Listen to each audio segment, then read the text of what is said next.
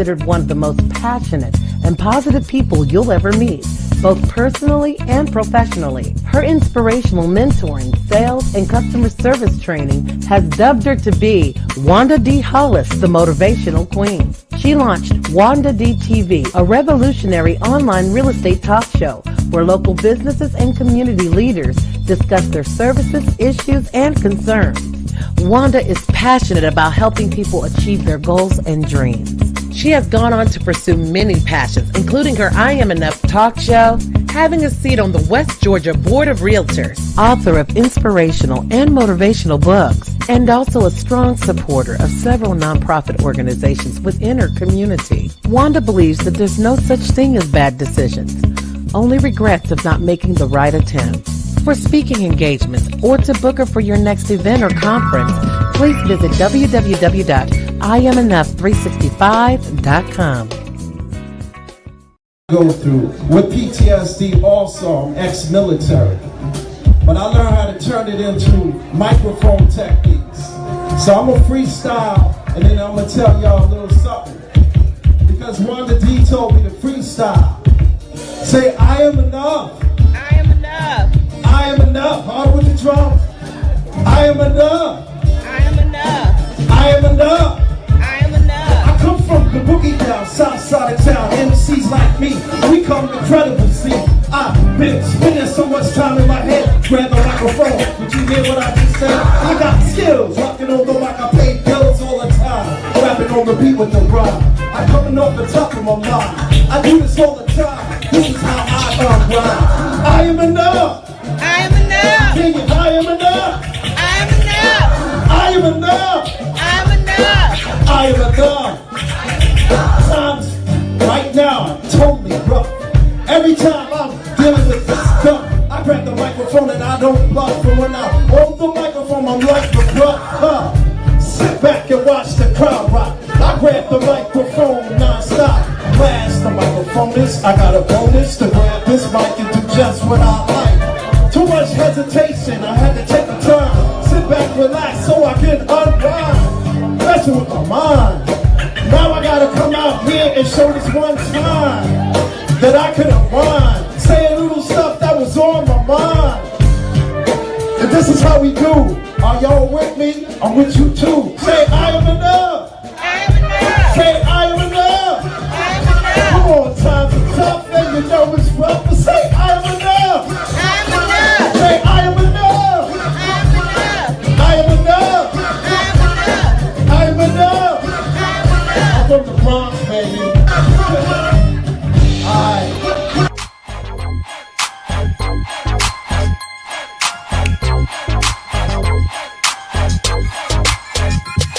In the 8C. I know y'all ready. I know y'all ready. I just know y'all ready. I just know y'all ready. I am Wanda D, the Motivational Queen, your accountability coach, helping you get it done. And today we are kicking off our second annual book fair. Yes, our virtual book fair. It's amazing. It's amazing. So come on in the room. Come on in the room. Come on in the room. Please, fast, quick, in a hurry. Get on the phone. Send an email, telegram, whatever you need to, and tell people that it's time for us to get started. This is the I Am Enough talk show where your dreams matter.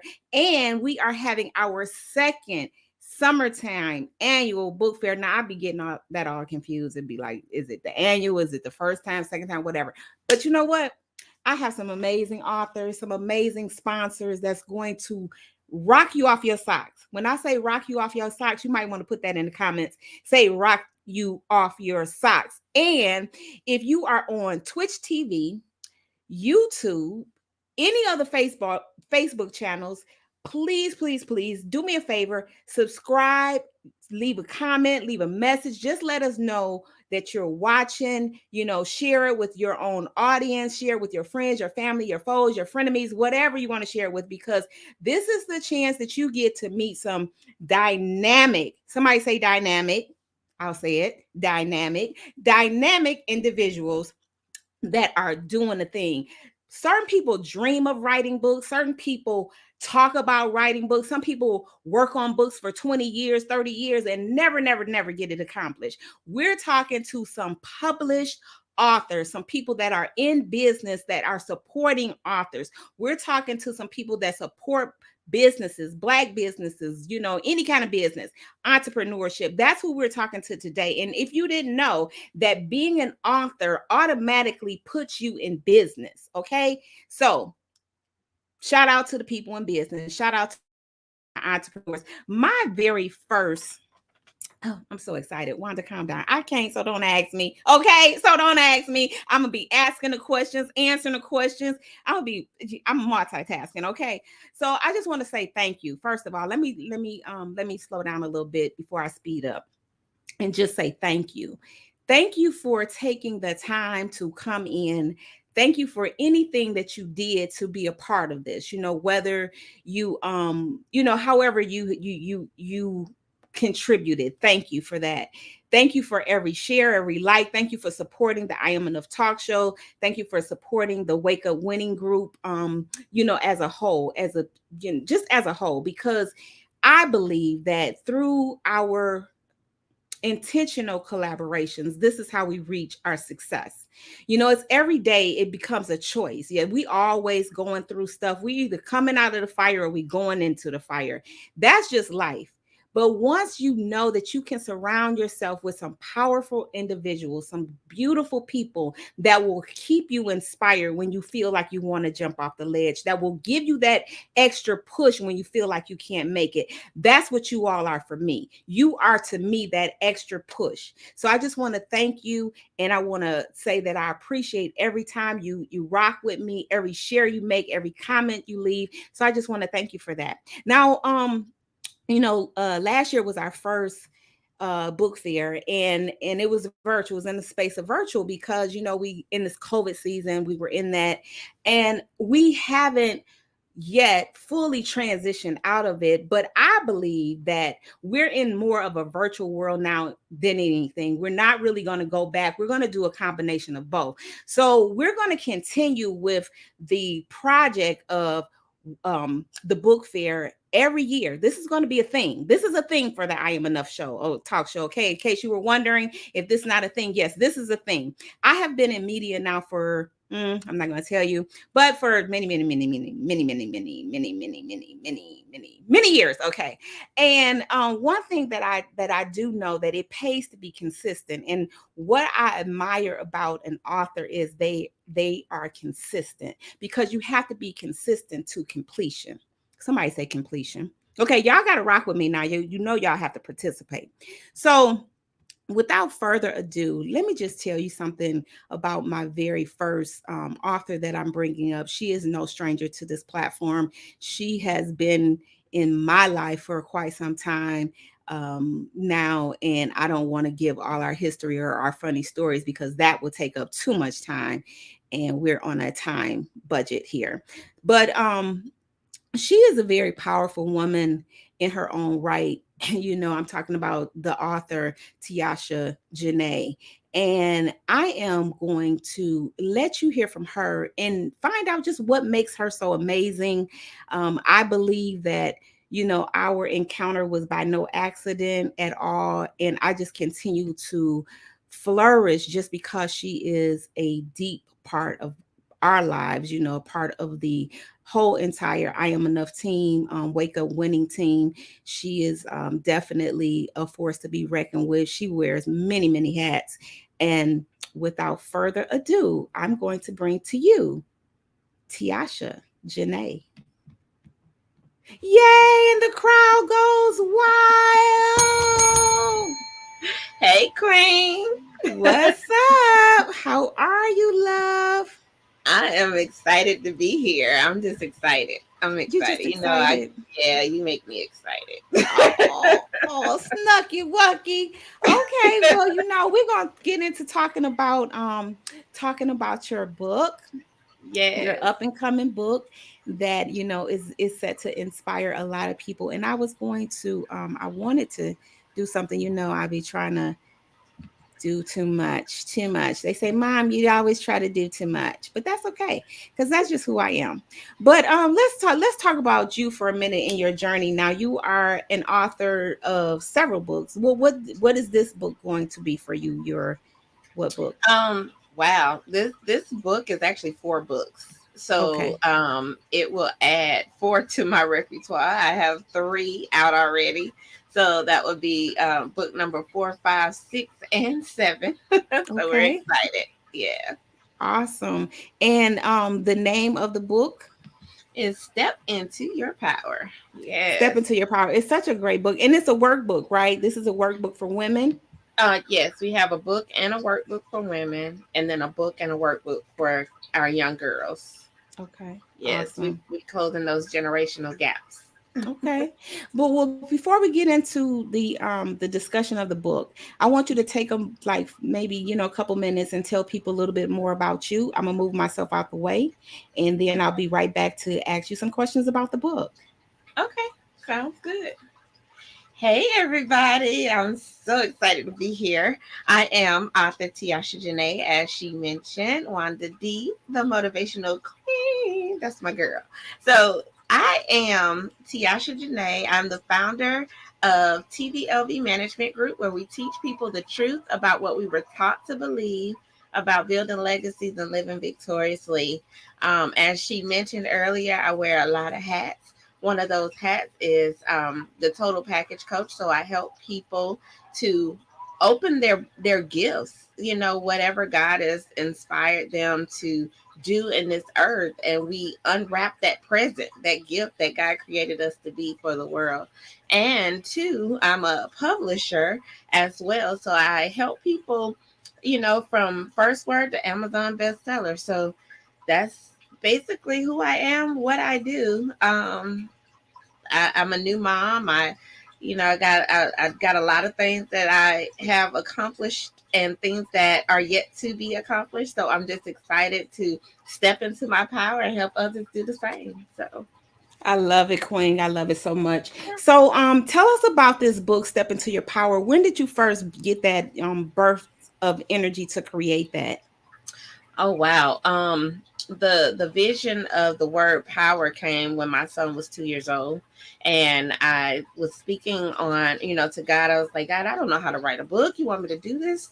And he's like, yes. And so that's where I ended up meeting you in 2018, and God sent you my way so that he can help you, help me, help us, help the world, right? So he put us together, and it really like created this spark in me when when I had that first book in my hand, that Wake Up Winning book, and it was like, go get it done. God told you to do it, and you still ain't did it yet. What are you waiting on? And Hmm. so I'm having to get out my own way with that one, because Hmm. we know Yeah. how that is. Yeah. Yeah. Talking about getting out of your way, you delay the what happens with that is you actually delay the process of helping other people. So when we can think more about other people than ourselves, then sometimes it helps move us. And I know with the Wake Up Winning movement, with that whole concept, it came at a time where I was at going through some very personal challenges. And what always helps me is when I connect myself to other people, because they're like my accountability, partnerships and groups and stuff like that. So that's what that did. So at this point in your life, I know that Step Into Your Power. Now tell us about that book and what should we expect once we get that in our hands. Yeah, so the Step Into Your Power book, what you should expect is that we are building a bridge. We're closing that bridge up. Kind of putting everybody together, from our young girls all the way up to our grandparents. And our goal is to make it where we build a communication gap, form a that, fill that gap of communication, where our young girls are listening to our older generation, as well as our older generation getting things from my younger generation. And that's where, this book is so inspiring, because our youngest girl was 9 years old, and our Mm, oldest woman on this book, I want to say she's 65. And so we wow. literally have some grandparents, some parents, and some um, grandchildren all in this collaboration project together. So you can imagine the legacy that family will build. And our Mm-hmm. goal is just to create more confidence in the earth, especially right now where we're looking at that Roe versus Wade and all of that. And we want to be heard. We want to Mm-hmm. be, confident. And in order to do that, we have to let people know, listen, this is where we've been, this is where we're going, and this is where we're taking you with us. So, Yes, absolutely. I love that. And you know what? You said something very powerful, and that is that there's definitely this gap between, the age groups and, the millennials versus this person and that person. And we really do need to understand one another, because I think when we understand one another, then we can value one another. We can, like, exactly. because as a young person, we can't shut them down trying to employ our beliefs on them. We have to keep that opening, ear of communication going on. So I really, really love what this project is doing. And Yes. and there's another thing, acknowledging our seniors, and because this is just love. This is like love all around for someone that doesn't have the grandparent in their life. Now they can come on this journey with you and pick up Mhm. some valuable love from some other, individuals. And then Yes. for young girls too, helping them come out of their shell and Mhm. having a platform that they can express themselves. So That's right. Tiasha, when can we get this book, and when will it be ready for us to go and purchase and celebrate again? Because you know how we do it on the I Am Enough Talk Show. We just keep That's right. celebrating. Yes, we got to plan that book launch. We are definitely looking to release this book by the end of the month. That is our ultimate goal.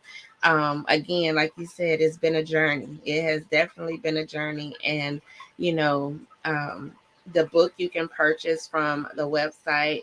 It is stepintoyourpowerbook.com. Okay. That's step into Yeah, I'll your write that down. Somebody write that down powerbook.com. in the comments, no matter where you're watching from, whether it's YouTube or Facebook or wherever, Twitch TV, just write that in the comments. Say it again, Tiasha. Stepintoyourpowerbook.com. Stepintoyourpowerbook.com. Thank you so much. And Yeah. any last words that you want to lay on somebody that may be apprehensive? Thank you so much, Facebook user. I can't tell who it is, but thank you so much. That was me. Okay, so do me a favor and tell me now, what are the last and parting words that you would like to leave somebody that is like on the fence, wanting to write something but don't have the strength yet, a little indecisive? What would you say to them? Let's see if I can put this in minimal words. um, no matter what you're going through, no matter what you're dealing with, no matter the naysayers that come your way, if it's something that is a burning desire on the inside of you that you got to get out to this world, do not go to sleep on that burning desire. Write that book. Mm, I Tell like somebody that. what it is that's on your heart and on your mind, because you may not wake up the next day to tell somebody. So Ooh. remember, tomorrow is not promised. Mm. I say that Hashtag because, burning desire. Ooh, you hit it. and I said that to say, during the process of publishing this book, I could have died 2 times, maybe three. Mm-hmm, And so mm-hmm, there's a reason why God kept me. And so there's something out there that I need to do, and there's somebody out there I need to help. And then mm-hmm, you may have the same thing going on. And there's no may about it. You do. So mm-hmm, get it out there, whatever it is, whether it's a book, whether it's a speaking. So you got to go speak and talk to somebody. Do it, mm-hmm. and Do don't it. wait. Thank Just you do so much. Thank you so much. it. Go That is step into your awesome. That power, yeah, y'all. that's the power bill right there. So thank you so much, Queen. You can hang around, stick around for with us, help out any way you can. If not, then we wish you so much success. Yes, I love you from the depths of my soul, and I wish nothing, nothing, nothing but the best for you and your family. Kiss that new baby and all the kids, I because one will. of them will get jealous if you don't kiss them all. So just kiss them all Oh for yeah, me, okay? Thank you so will do. much. All Thank you for right. having me, Queen. Love you. Absolutely love you. So you heard it. You heard it. Well, what was the word? The word was burning desire. It's something burning inside of you that will support and help everybody. It's not just about you. Don't let your tragedy cause you to keep it locked up. Make that tragedy before a reason. Like, I went through that for a reason. And to me, like, that's one of the authors right there that you heard from that has gone through a lot. And if you continue to rock out with me, you will hear more of her story, and you'll be totally just totally blown away, because that's just the tip on the iceberg. So I just want to thank you all for and let's give Tiasha a big hand. Give her a big hand, everybody. Come on, put your hands together all over, since a virtual hand claps up. If you're watching from Twitter, Twitch TV, YouTube, any of our Facebook groups and channels, thank you so much for joining us. And I'm gonna keep this party going. Somebody say going. Yeah, I'm super geeked up, y'all. I got so much coffee in my system. It is ridiculous. All right. But this next young lady that I'm about to bring to the stage, to the I Am Enough talk show stage, she came to the very first. I'm just so overwhelmed. She came to the very first book fair that we had last year. Yes, she did. And you know what? It's such a great feeling when you have people to come back again.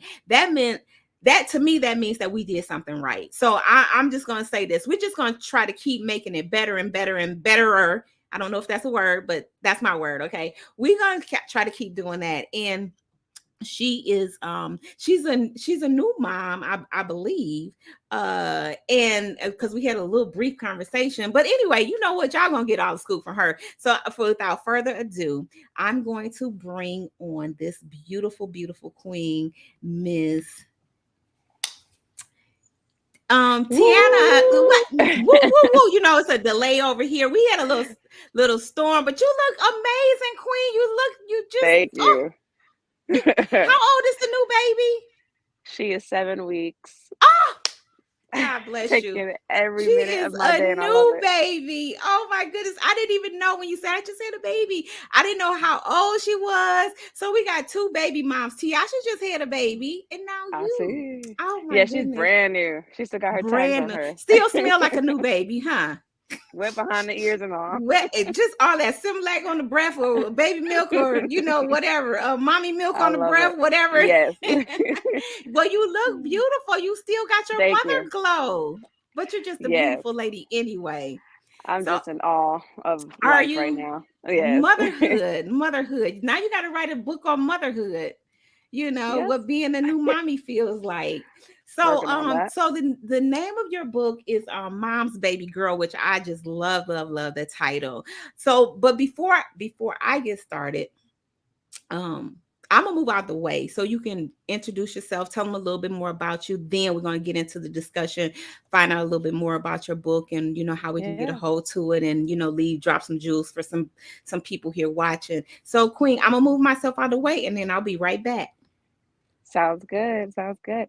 Hi, everybody. I wish I could see comments, and I love engaging with people, but I do use my hands a lot to speak too. So you'll see that happening. Well, my name is Tiani Sutton, and I'm just so excited to be on this platform. I was here last year, and it's just an honor to just be a part of this platform, to see authors like myself just flourish. And this is a great platform to do it in. So I have one baby girl. Her name is Aubriana. She is 7 weeks old.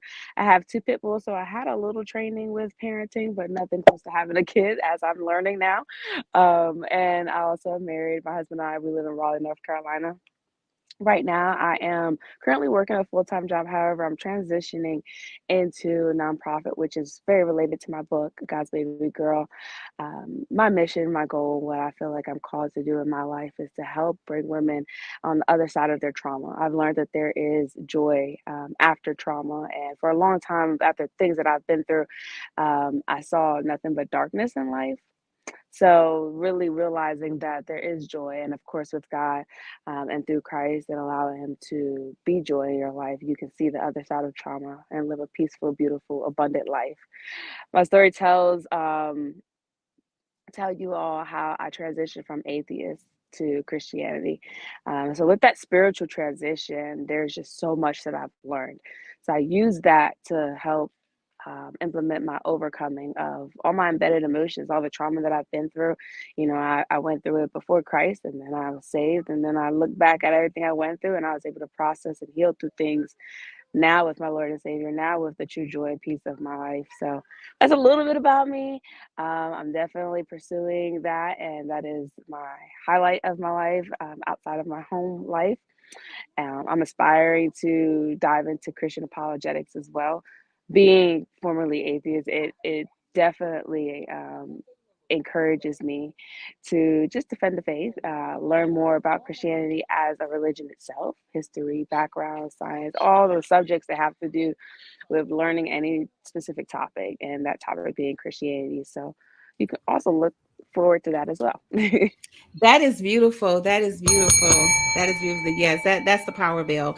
I just was sitting here just kind of listening, just wanting you to just, just spill all the beans, just keep going, Queen. Just keep going, just keep going. I had to pinch myself and say, get back in there. Get back in there. Okay. So I had to double dutch jump back on in the conversation.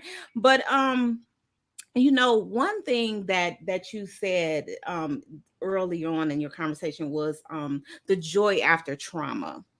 Right, And sometimes people stay stuck in their trauma to where they never recover to find the joy. So the for fact sure. that you've made so many changes, so many turns in your life, and you just keep going and you just keep elevating is just outstanding, because it's easy for people that have not gone through so much to get through things. But when you go through so much, it really, really humbles you, so that's that spirit that is just all over you. You just have this heavy humbling spirit that I just want to thank you. I want to say a shade to you. I want to thank you. I want to thank you for just being here. So tell us about the book, God's Baby Girl, and who is it for?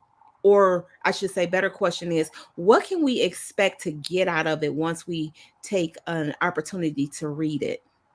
Absolutely. Well, first off, glory to God to everything you said prior to that. I definitely would not have made it through a lot of what I've been through without Jesus himself. So, as you read my book, I wrote it in a fictional way where there's story, where all of the things that I've been through have been spread apart into individual scenarios for individual characters. And the reason why I did that is because I wanted people to place themselves in each character's life.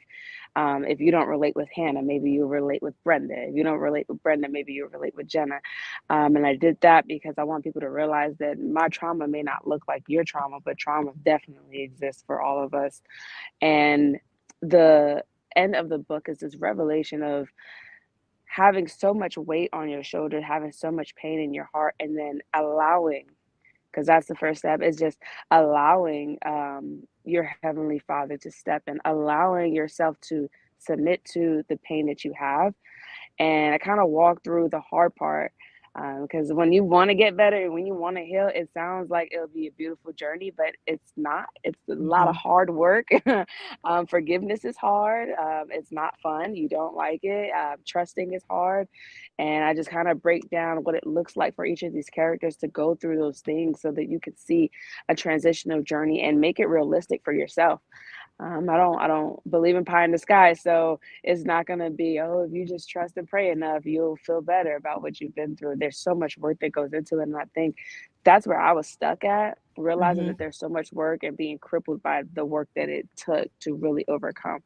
Once I allowed God in, and once I allowed the transition to start, forgiving and what that really looks like, trusting what that looks like, loving, and truly being merciful and graceful.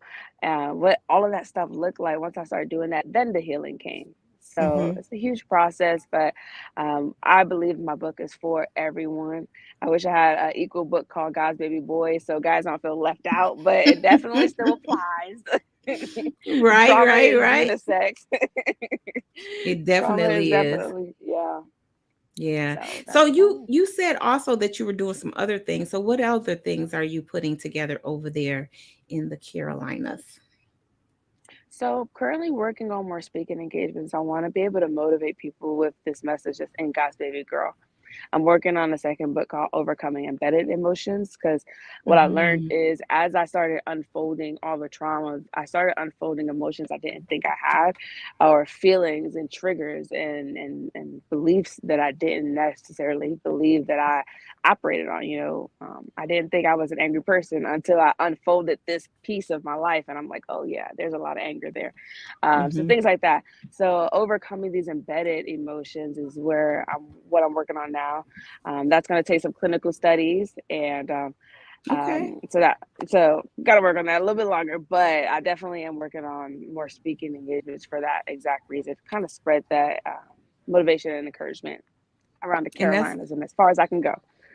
And that's beautiful. See, one part about this book fair, also, what we do here is educate our authors on how to market their books. How to expand on their books. We're going to talk about this. This book fair is just absolutely, it's going to be absolutely phenomenal. I already know it, so don't worry about it. Trust me.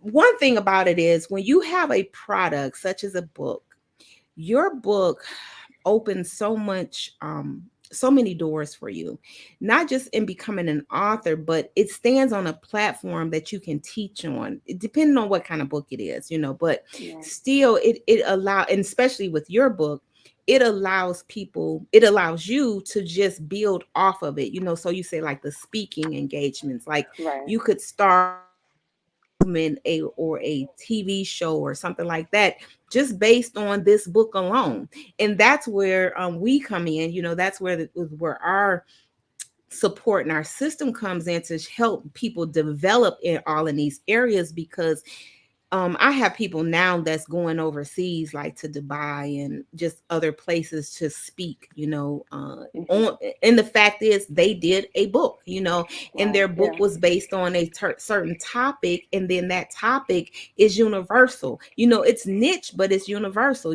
So if you only right, talking to women that have gone through trauma, that's a very niche topic. However, it's universal because right, women are all over the planet. And one thing I do say that COVID did was it broke the barriers of restriction in terms of boundaries.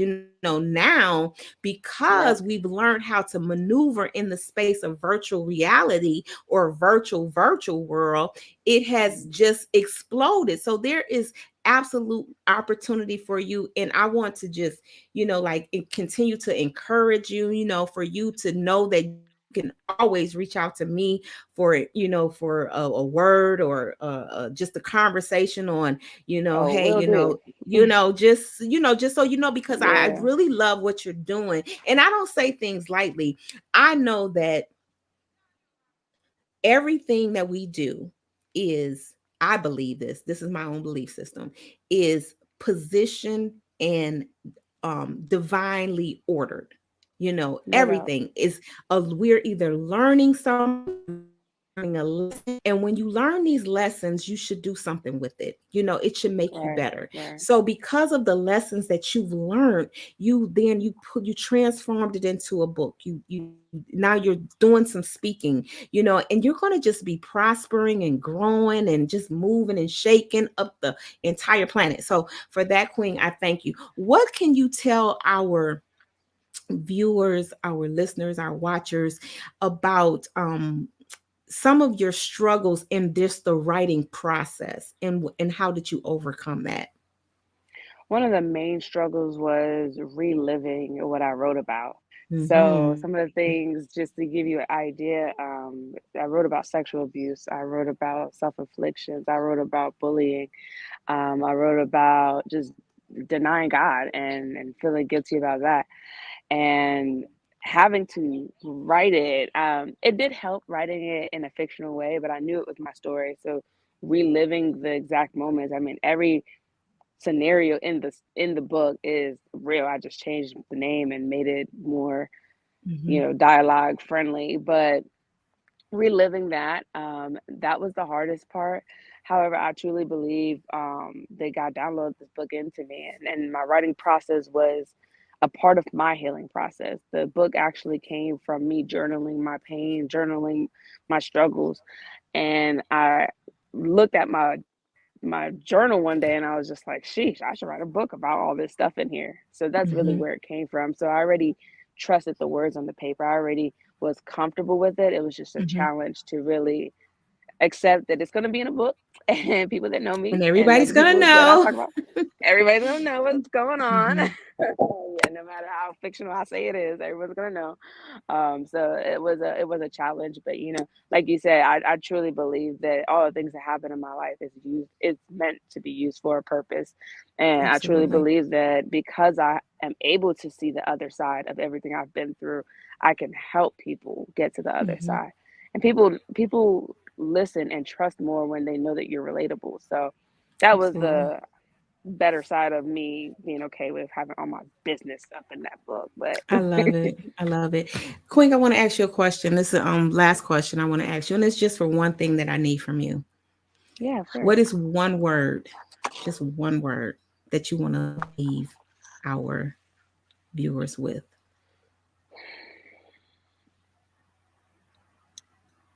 One word is going to be love. Y'all, hashtag love. Love. Love. Yeah.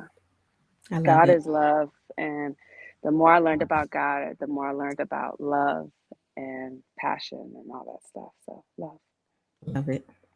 When you said so much, and I can't wait to sit back and watch the book fair again. I really can't. I'm just really looking forward to it. So I'm excited I about just want watching it. Trust me. I just want to thank you so much for coming on and tell us where to Yeah. get your book from. How can we get your book, and all that good stuff? Yeah, so I mean, if you're local, I definitely love meeting out with people. I'm such a social butterfly, especially now that I'm stuck at home with my baby girl. You can always hit me up on Instagram or Facebook.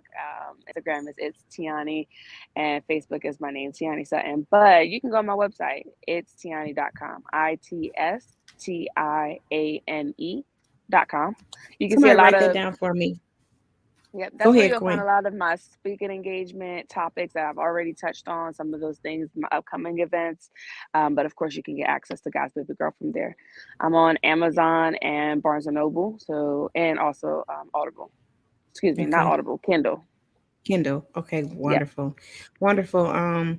Queen, I will be talking to you real soon so we can yes, get some other things going. I really, really know that something is about to break really big, and I'm excited for amen. you. And I want to thank you. I want to thank our viewers for watching. Thank y'all for helping, Likewise. participating in the comments. Yes, give her Yes. a hand clap, a special Thank bell. you. Keep Thank moving, you. keep shaking, keep making a difference, because you are definitely making a Likewise. difference out here. I really, Likewise. really believe in you.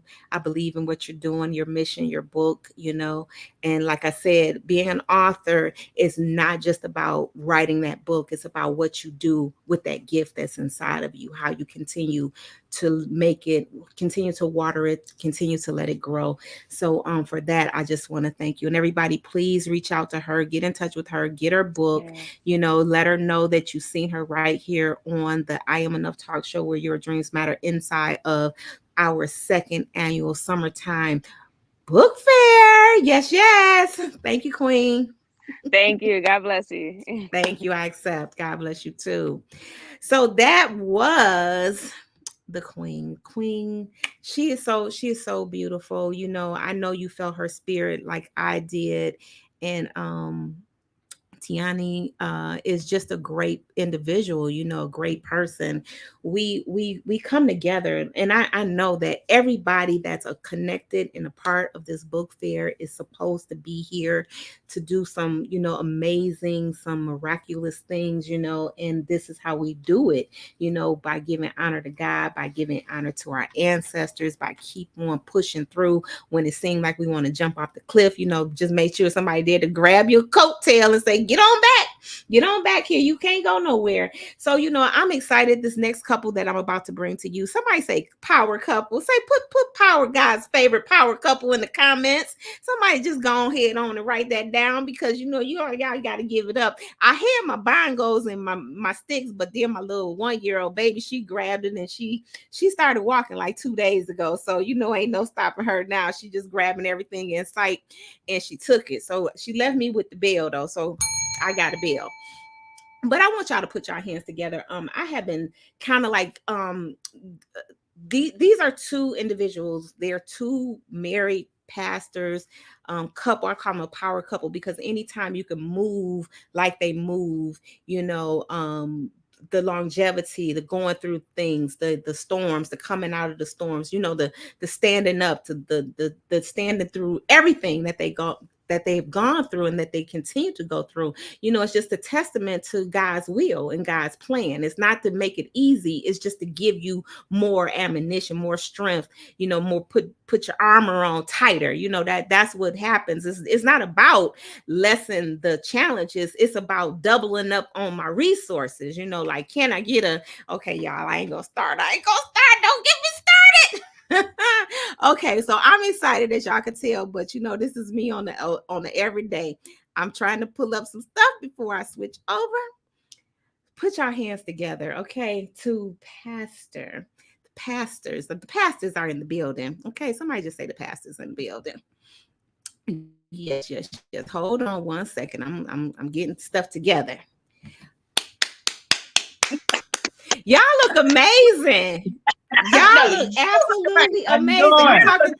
I'm talking to Pastor Michael and Pastor Janice Williams. Thank you so much for being a part of the second. I'm gonna get it right this time. The second annual summertime book fair.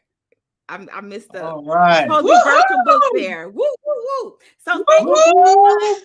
How y'all enjoying yourself? Yes, we are enjoying ourselves. Empower. Yes. You hear me? Power. It's amazing. It's amazing. Absolutely. I'm so glad you guys came through. Now tell me where you from? Where you coming from? We are in Clayton, North Carolina. Clayton, North Carolina. Okay. Yes. Okay. Man. All right then. That is so wonderful. And you all have been married how long? 19 years. See, wait a minute. Y'all sound alike. Y'all got the synchronicity together. You're dressing alike. You know what they say. Y'all be looking alike. Yeah, okay. Well, I ain't gonna say it. Y'all know what it is. Married 19 and together 21. Well, going on 22. Yes. Okay. Now, okay then. Bulletproof, withstanding heavy. Say the word. Ammunition. Ammunition. Yes, sir. Lord have mercy. Woo. That's the title of the book. That's the title of the book, everybody. I want y'all to put a what down in the comments. I don't know. I just say whatever come up. So if it's a what, a hoop, then that's what I say. I want everybody to put a what in the comments. Thank you, Facebook, for watching. Thank you. Where are my YouTube, Twitter, Twitch TV. Thank you all for just tuning in today. We just want to thank you for that. Okay, no, you're supposed to be on silence. Wait a minute. All right. So heavy, let me see, bulletproof withstanding heavy. Yes. Ammunition. See, it's something about when you say that word, and then if you go to Webster and you look up ammunition, they're gonna show you like an AK-40 and a bunch of bullets. Yep. Mm-hmm. They're gonna show you like a clip with a bunch of bullets with like a machine, with the that means they coming at you. They coming from everywhere. Yeah, they're coming at you. Yes. Right. So 21 years. I'm a little bit. We're gonna get to the book. Hold up for a minute. All right. 21 years of marriage is enough to be celebrated. I want everybody to put their hands together, going on 22 years. That is enough to be celebrated through the ups, through the downs, through the jungles, through the, through everything that you all have gone through. And then in ministry, how long has your ministry, have you been involved in ministry? We got saved in 2002. Yeah. Okay. And we was in one ministry for 13 years, and we was in another one for 6 years. And we've been with our apostle now. We've known her about 17 years, but it's one thing to know somebody, then it's one thing to be accountable to that person. So we have been accountable to our someone that we have someone to pray.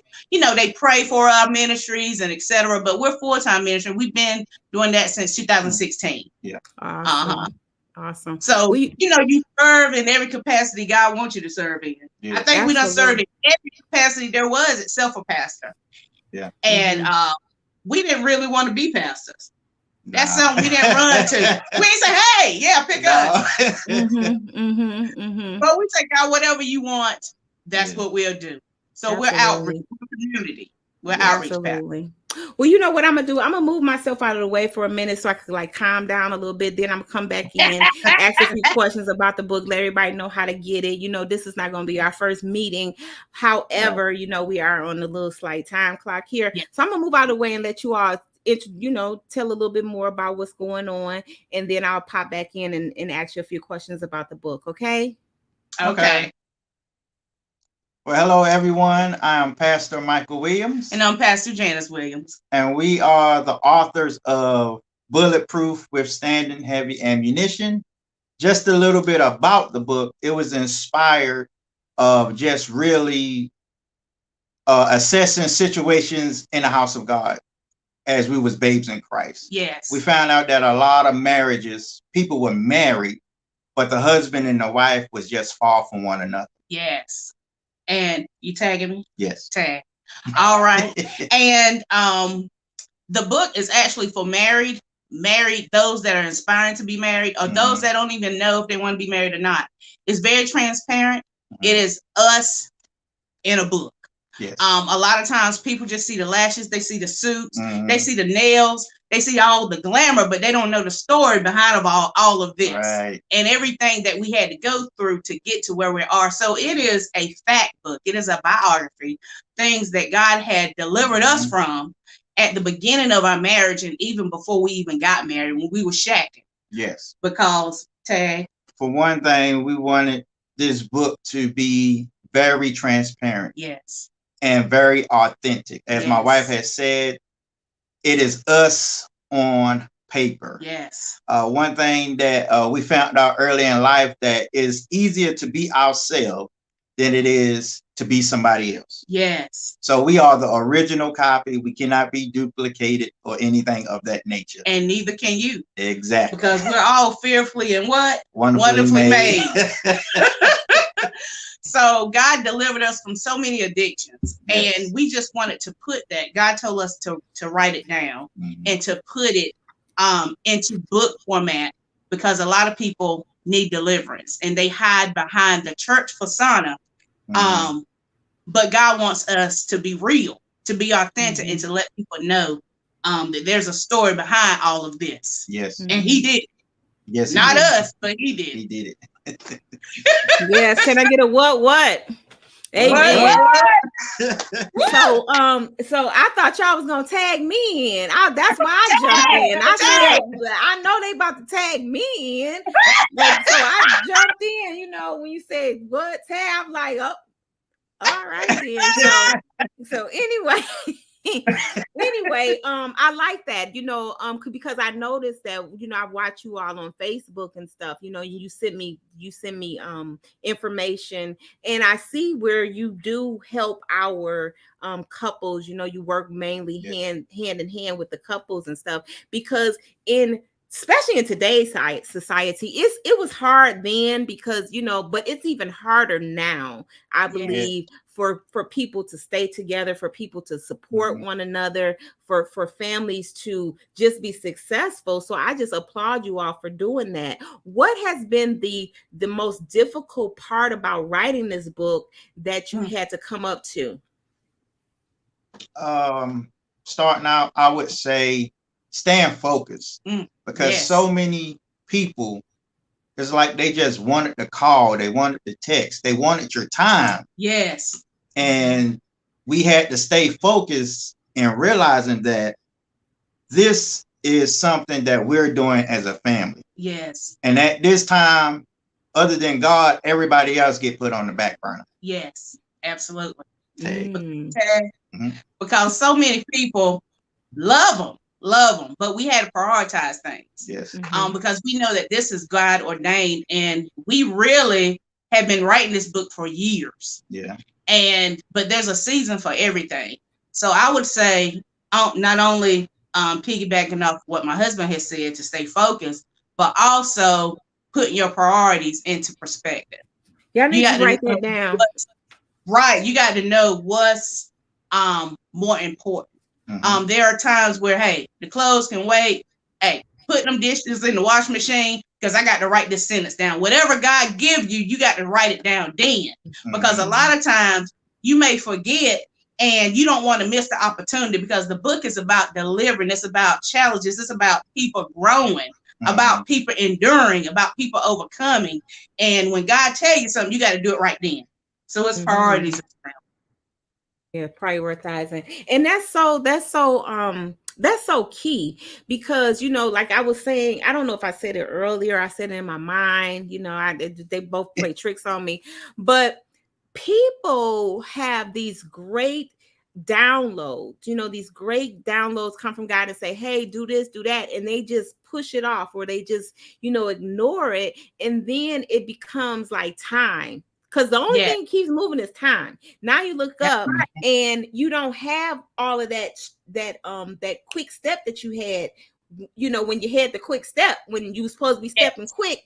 Now it's gone from you, or now I use this because, I had a friend and she would always get these amazing ideas to create. And she's like, oh yeah, this needs to be patented. And you look up and then it becomes, somebody else grabbed it and did it. And it's not that somebody else did it. It's just that you didn't act fast. You didn't do it. You didn't stick to it. How important is it now it's just like using your ministry. How important is it now for you, even because you've done all the things that you've done in the past, but now how important is it now for you to keep that same, thrive and that same thrust for your book now as it was when you created it? I would say it's very important even now. I would say you have to have even more discipline. Yes, Lord. Because even though it has already been written, it has already been published, it's like sometimes we can put it on a shelf to collect dust. Lord have mercy. But we can't treat that like that, because it's a gift that God has given us. And so we have to have the same fire that it took to write it to continue to push it out there. Yes. Because the most powerful sermon that we can ever preach is the one we really don't say out loud. That's right. Woo, Lord have mercy. Y'all over there cutting up, spreading it. I love it. So what's next? What's after? Are you working on another book now at this point in time, or what's going on over there? Well, I'm gonna tag my wife, because my wife is my admin. Tag her in. Yes, I am, because she is a very strong part of this family. Okay, well, the next thing, we are in the process of writing another book. Also, I'm writing this book that we're writing next will be geared towards singles, because we were single at one point. Yes. And also, thank God that he didn't allow me, but I was engaged before my husband. That's a whole nother book. But anyway, praise the Lord. But thank God for the original copy right here. Amen. But we're in the process of writing another book. I'm in the process as well as writing a women's journal. I have a women's group as well. It's called No More Brokenness Women's Fellowship. So I'm in the process of writing because I wrote an anthology as well. And this is my second project, just solo. So that will be coming out soon as well, and it will be geared toward women that have been broken. I God has delivered me from molestation, abuse, mental, physical, foster care, all different kind of things that I wrote some in the first project that I did, but this will be kind of a continuation. That is beautiful. Yes, that's good. Just as our other author was sharing, you have to get transparent in order to heal, first of all. And you have to get transparent in order to help others, heal. So what you all are doing is just remarkable. I commend you. I send you nothing but peace, love, and light, and just keep being strong for the community, for just people watching, people around you. What is the last thing that you could say to somebody that may be struggling with completion of their book? What is some jewels that you can give to them? I would say change your perspective on your thought process. Yes. I see it like this. What you're doing is wonderful. It's authentic. Yes. And the only person that don't want to see it to come to pass is the devil. So push through. Yes. Push. Yes. Travail like you haven't birthed. Yes. And ladies, we know what that is. And piggyback off, I would say, overcome. One thing we talk about in our book is overcoming our thoughts, the world's thoughts, and what everybody else says about you. No matter if you're a first-time writer or if this is your fifth book, second book, third book, just know that God is with you. And it's not really about, I remember when we first started writing, we're the first authors in our family, down our generational line. And the enemy will tell you, you can't do this. We're the first pastors as well. To God be the glory. We can overcome and we can denounce generational curses. Yes, absolutely. And a lot of times, my husband would say it's in your mind. So it's not about what you can do, but it's about what God can do through you. Through you. I love it. I love it. I love it. Tell us where to get your book from. Tag me again. You can get our book on our website. Our website is www.m2jworkingtogether.com. It is $12.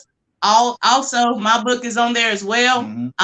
Bouncing Back from Life Blows, Volume 5. I've done an anthology on that. That's on there as well. It's $12.99.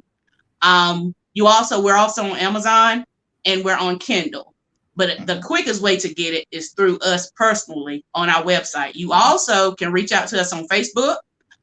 You can message us. You can call us. The number is 919-975-1565. If you don't know how to do all that, hey, we got email, makeitLastmarriage@gmail.com. So we will make sure that you get this book. Yes.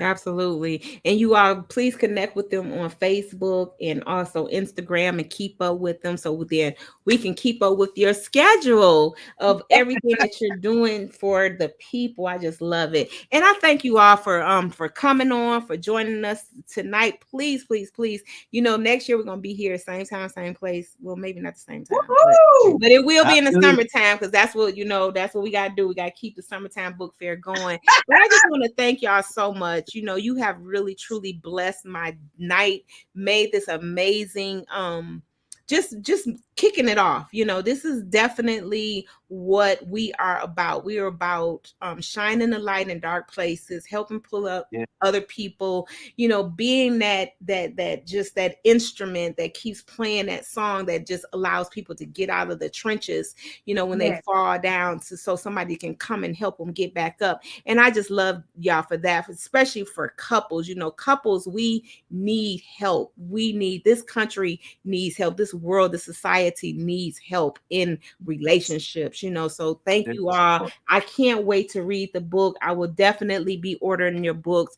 And just wait, you'll see what's gonna happen. Some great things are on the way. So thank you so much. Thank you. Mwah. I love you all. Thank you so Love much for you. coming in. God bless God what you're bless doing. you. I accept, and God bless you as well.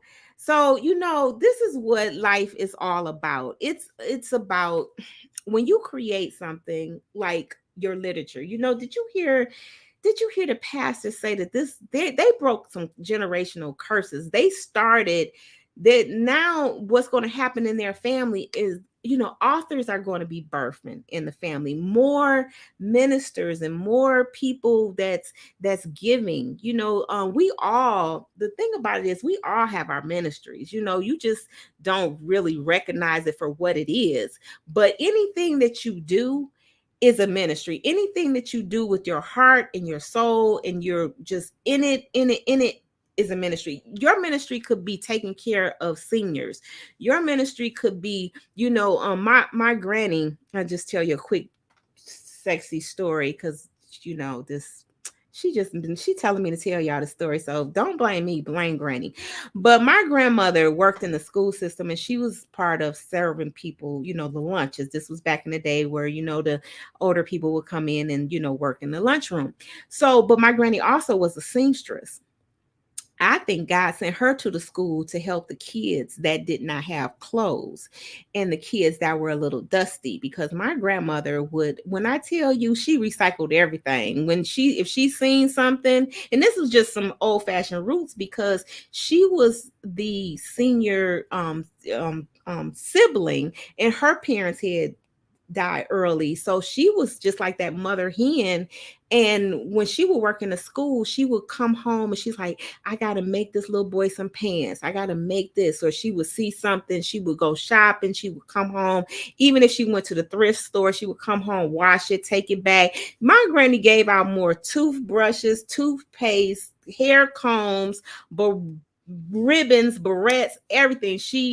That was her. So I come from that line of people. And I know that she was a deaconess at the church, but her ministry was at that school. Her ministry was serving those children, was helping out, was being there for them. And then in the neighborhood, I'm from Detroit, Michigan, we used to have alleys.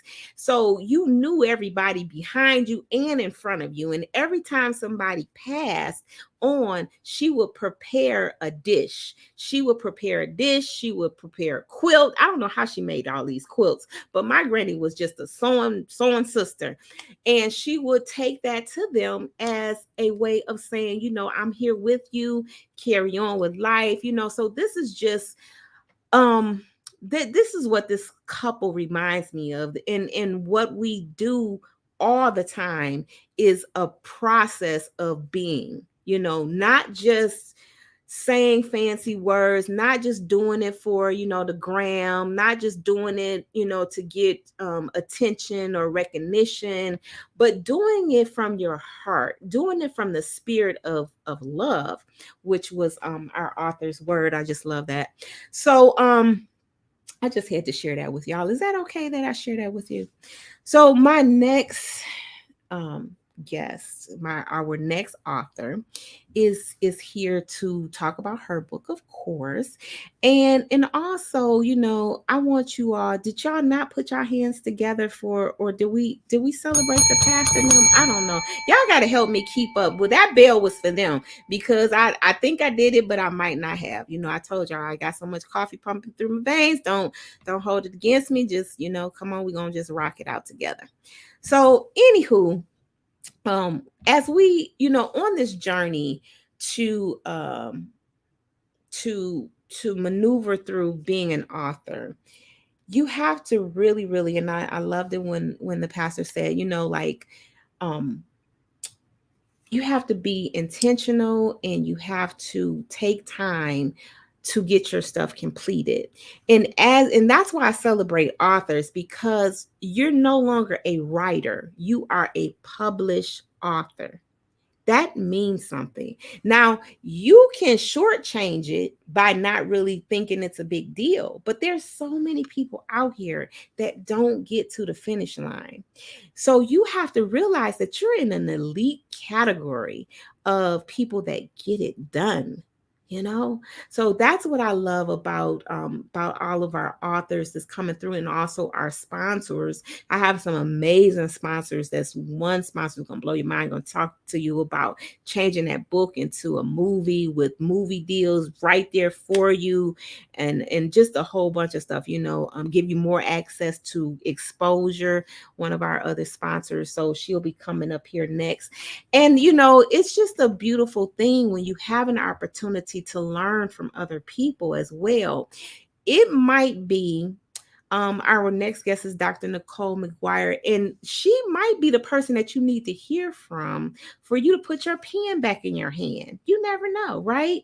Tiasha may have been that person that you needed to hear from to just get started again, or get inspired, So this is why we do what we do here at the I Am Enough Talk Show, is because we want to keep you inspired, because we believe in your dreams even more than you probably would even imagine.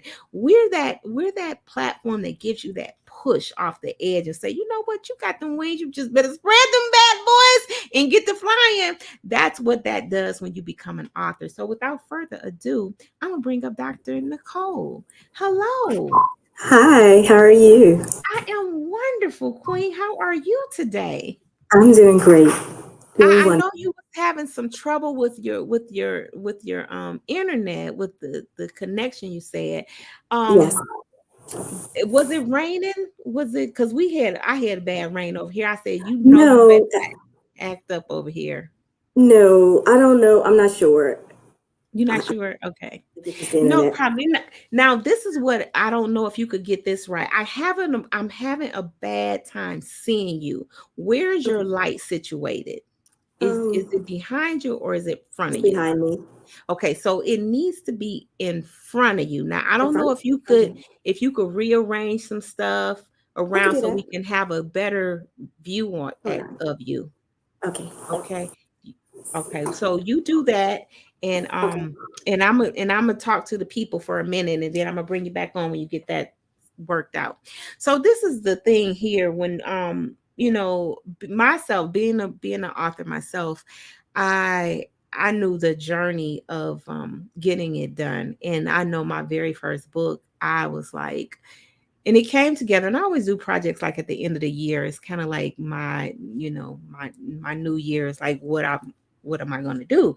So the very first book, I was over to my friends, and I brought all of the papers, and when we kind of like just categorize them. Now, I say by trade, I'm a poet, because I like to get to the point quick. If y'all ain't figured that out, like what's the problem? Let's get it done. What is it? So I write like that. Like problem, solution. Like it's nothing more in there. I don't be dragging it out. It's like, what's the problem? Well, no, they be like, this is the problem. Like, no, that's not the real problem. What's the problem? And you ask about 5 or 10 questions, then you get to the real problem, and you be like, here's the solution. Well, that's what poetry does for me. It just makes me write faster. And I always wrote in like a positive. If it's from negative, I want to bring it to positive light. Well, my first book was was a poetic book. And I had talking about some procrastination. I had just compiled. It was like, Wanda, come on now. What are you doing here? Well, what's going on here? Come on. And it was that thing, and I know what it was. It was that fear of you're gonna know my thoughts. you're gonna know some of my thoughts. I'm gonna have to deal with you knowing my thoughts. I'm gonna have to deal with talking about the things that I talk about, and you're gonna know about it. But what happened was for me is I would read to certain people. You know how we have certain people that we share stuff with. So I would read to certain people, and now and the reading then, I was in real estate at the time. The reading then became a blessing to them because it was getting them out of some places, and these were poems that was doing that. And I remember it seemed like we're always coming out of a recession or going into one. And back then people were like losing their houses. And this one lady, she was being threatened and, really, really abusive situation. So I took out one of my poems and I read it to her, and she was like, oh, you could just feel that cover come off of her. And she just felt really, really relieved. And I said, you know what? Enough is enough. So that's what you have to get to, saying enough is enough, of getting things done. And one thing about becoming an author is that's just the one step, is just saying, I am going to do this. This is what I'm going to do. And then comes the discipline. So in my case, for my first book, everything was pretty much written. I just had to compile it and put it together, because I had already did all of the work. And then my life kind of got flipped upside down, and I was, into, just situations that I had not found myself in. And that was then gave birth to that book, that I Am Enough. And for some people ask, well, where did the I Am Enough come from? It came from that book. It came from that book of letting people know, hey, stop the procrastination, get it done. And it was just like certain sections in the book talking about different things, relationships, personal things that we go through, just all kind of weird stuff that happens to us. Well, I'm gonna bring on Dr. back. She is back. Thank you, thank you, thank you. So let's talk about this beautiful book that you've written. He Kept Me is the title of it. And before we get into that, what I'm gonna do is I'm gonna move myself out of the way just so you can introduce yourself to our viewers, and then I'm gonna come back, ask you some questions about the book, and we're gonna take it from there. Is that fine? Is that cool? That's good. Cool. Yeah, I'm real silly. Don't even pay me no attention, okay? Because I be over here having conversations with myself. When I be talking to other people, I still be talking And to that's myself. okay. So anyway, but first of all, let me ask you this: how are you doing today? I'm doing wonderful. Doing You're doing wonderful. wonderful. You are nice and calm. I wish I could be nice and calm. I'm so off the Right chain. now it's the evening. I was more It's the stressed earlier. evening. I'm just crazy all the time. I'm just like wired up. My kids be like, Mom, please calm down. Why you gotta go? I'm like, okay. And they last for 2 seconds. But I'm glad now where are you tuning in from? Where are you satelliting in from? Right now, I live in Louisiana. So I'm originally from New Orleans, and of course, um, but reside in Homa. But Okay. actually Dallas. You So so you by so way all of of that, Dallas, stopped off in New Orleans, made it all to of that. Homer. You just been over there traveling. Yes, yes, Okay, ma'am. okay, great. Yes, So been a busy weekend. yeah, so I'm just really excited to hear about your book and learn more about you. And and that's good because you'll calm me down a little bit. So what I'm gonna do is I'm gonna move myself out of the way. I'm gonna have a few sips of water, and then we're gonna come back and chop it up about this book of yours, okay? Okay, sounds good. Sounds good. Absolutely awesome. Good. So I'm Dr. Nicole McGuire, and I am actually a pediatrician. I've been in practice about 20 years now, and my book is entitled He Kept Me. I didn't start out intentionally writing a book. Um, what happened was that a couple years ago, just started getting overwhelmed with work, as well as just kind of just like constantly going, not having enough time to rest, and allow myself to recuperate. And so I started to have feelings of burnout and fatigue.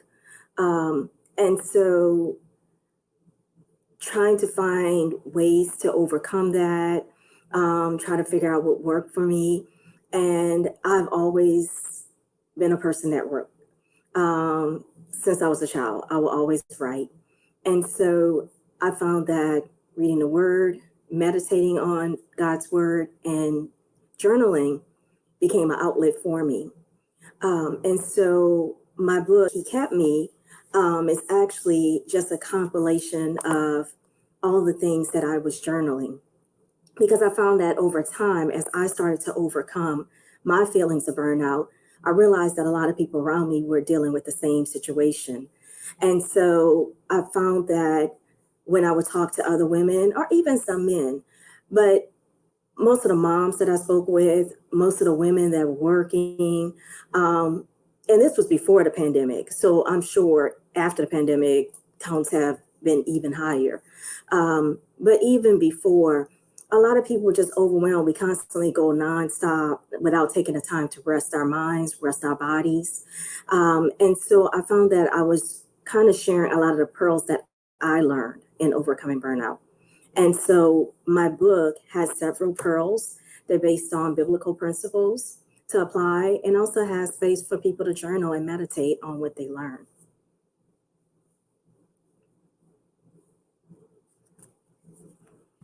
Here I come, Doc. Here I come. Buttons was acting a little weird there. But I like that. And one thing about burnout is, how do you identify with you being burnt out? I mean, because we're rushing all the time. Like, how do Right, you really right. identify with that level of being burnt out? And the thing is, everybody is different. And so some of the symptoms that I felt was that I was just always tired.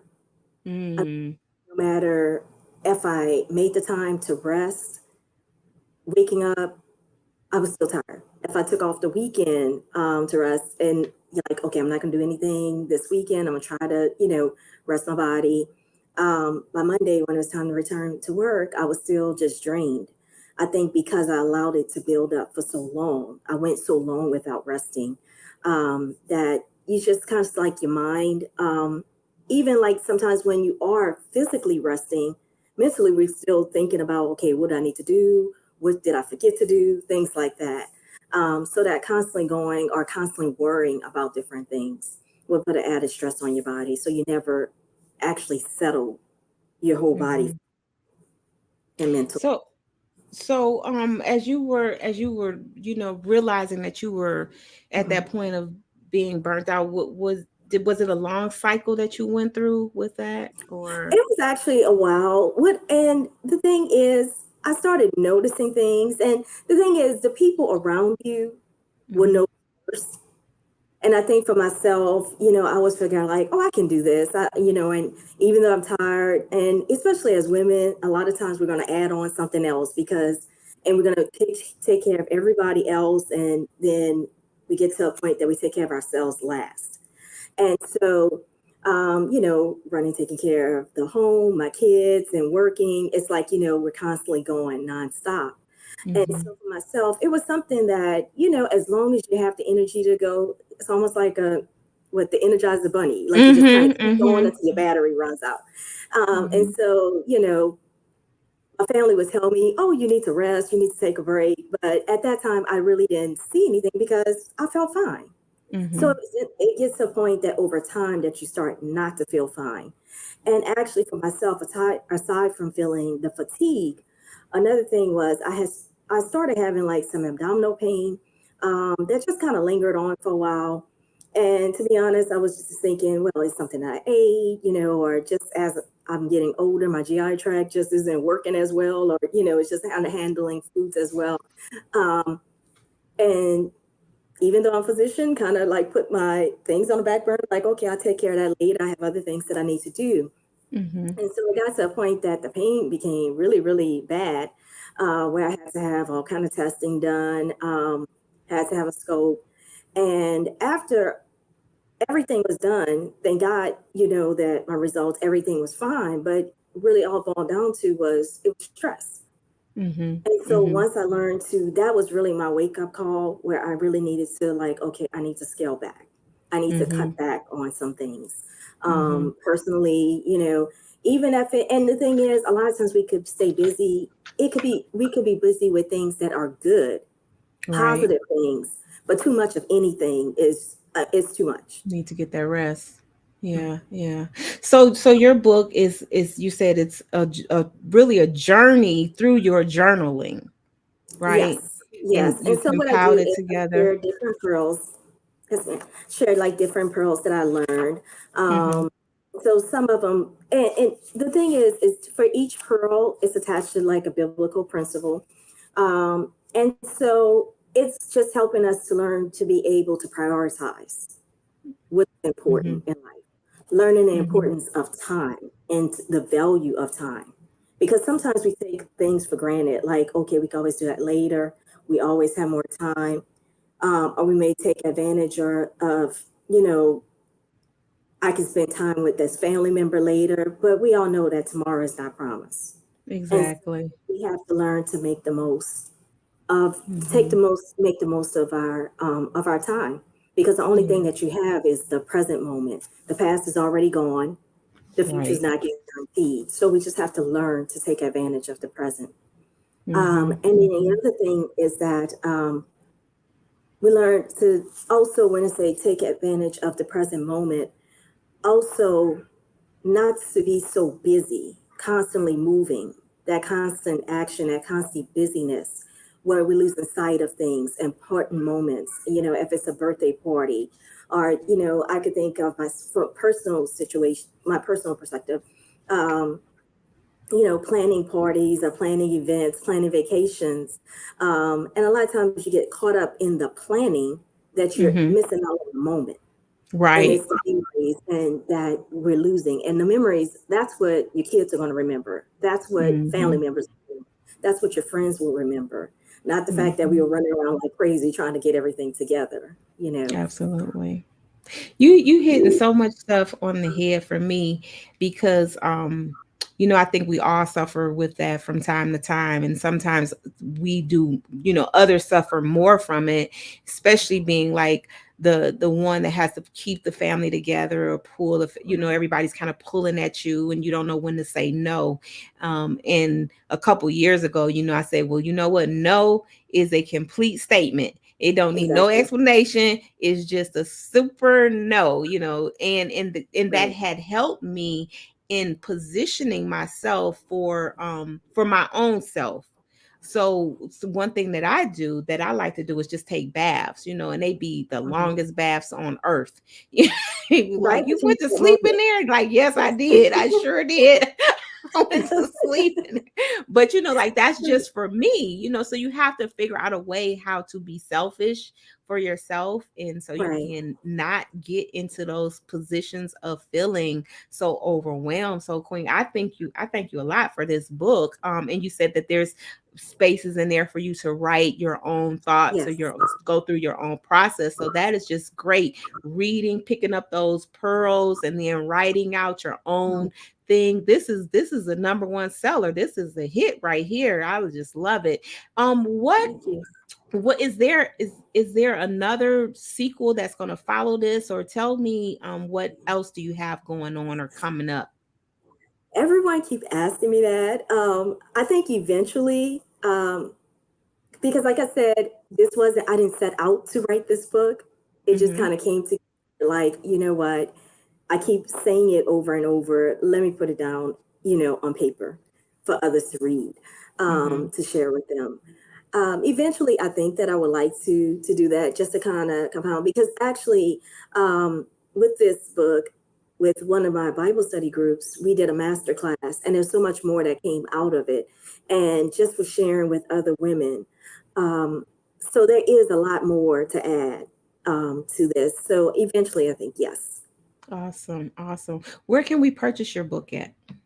It can be purchased on Amazon. Right now, it's just in a paperback, but pretty soon we'll have the ebook as well as the audiobook available. Okay, beautiful, beautiful. Yes. And everybody know how to get to Amazon to purchase a book. Yes. But also, when you go on Amazon, now this is a teaching moment, that to these people that's gonna purchase your book, okay?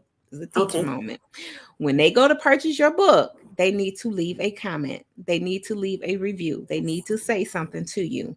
Okay. And that's what you want to always encourage people to do. Go purchase it and say something, whether it's I heard about her, I met her, I love her, whatever, because they always need to do a review. Now, second part to that is for every review that they leave, you get that and you transfer that over to your website or to your Instagram or your however you're doing your reach, whether I know you have an Instagram, so maybe take that, screenshot it, and put it on, your Instagram, and just always do that because you want people to know that you value their support, but you also value their input or their comment left or their love droppings that they leave to you, so then you can forward those over, because that could inspire somebody else. When people scroll through and they scroll through one book and they see one book with no comments, and then they see your book with 50 million comments, they're like, whoa, what is going on here? She got 50 million comments. So this is just some of the things that this book fair is about. We're also about teaching people how to be greater in their greatness. So I thank you for that, Doc. And what is the one thing that you want to leave with our viewers, our listeners, as far as maybe some things that you had to overcome in your writing experience, or just anything that you want to do to encourage them to get their writing done? I think the first thing is that when you're called to do it, to actually listen to the calling and take action. For myself, like I said, I was just journaling, did not plan out, to write a book. But one day I was in church and it kind of like there was something in the message, and that's what I got about, you need to all channel all of those things that I gave you and put it down and work, write it down and work and share it. And so when I got home, while I was at church, of course, I was just like, oh, hype, about the whole thing. And then after, by the time I got home, just like, oh, maybe not. I don't know. I kind of was talking myself. I would talk myself out of it. But then I was just like, you know what? Let me just stop and do what I was supposed to do. Exactly. So if you're called to do it, do it. If he brings it to you, if he brings it to you, he'll bring you through it. See there, because you, like you said, you had that wasn't on your plan. You said, Not at all. I'm just doing this, and you work with children, right? Yes, I do. Okay. Yeah. So see, you was like, this ain't got nothing to do with these children. I'm just over here taking care of these children, being a doctor to these babies, and that's it. And then you got that message, and you was like, oh yeah. It's kind of like I tell people when they go to the MLL, multi-level marketing parties and stuff, and everybody be geeked up, and then they step outside into the real world. They be like, well, where's your geek up?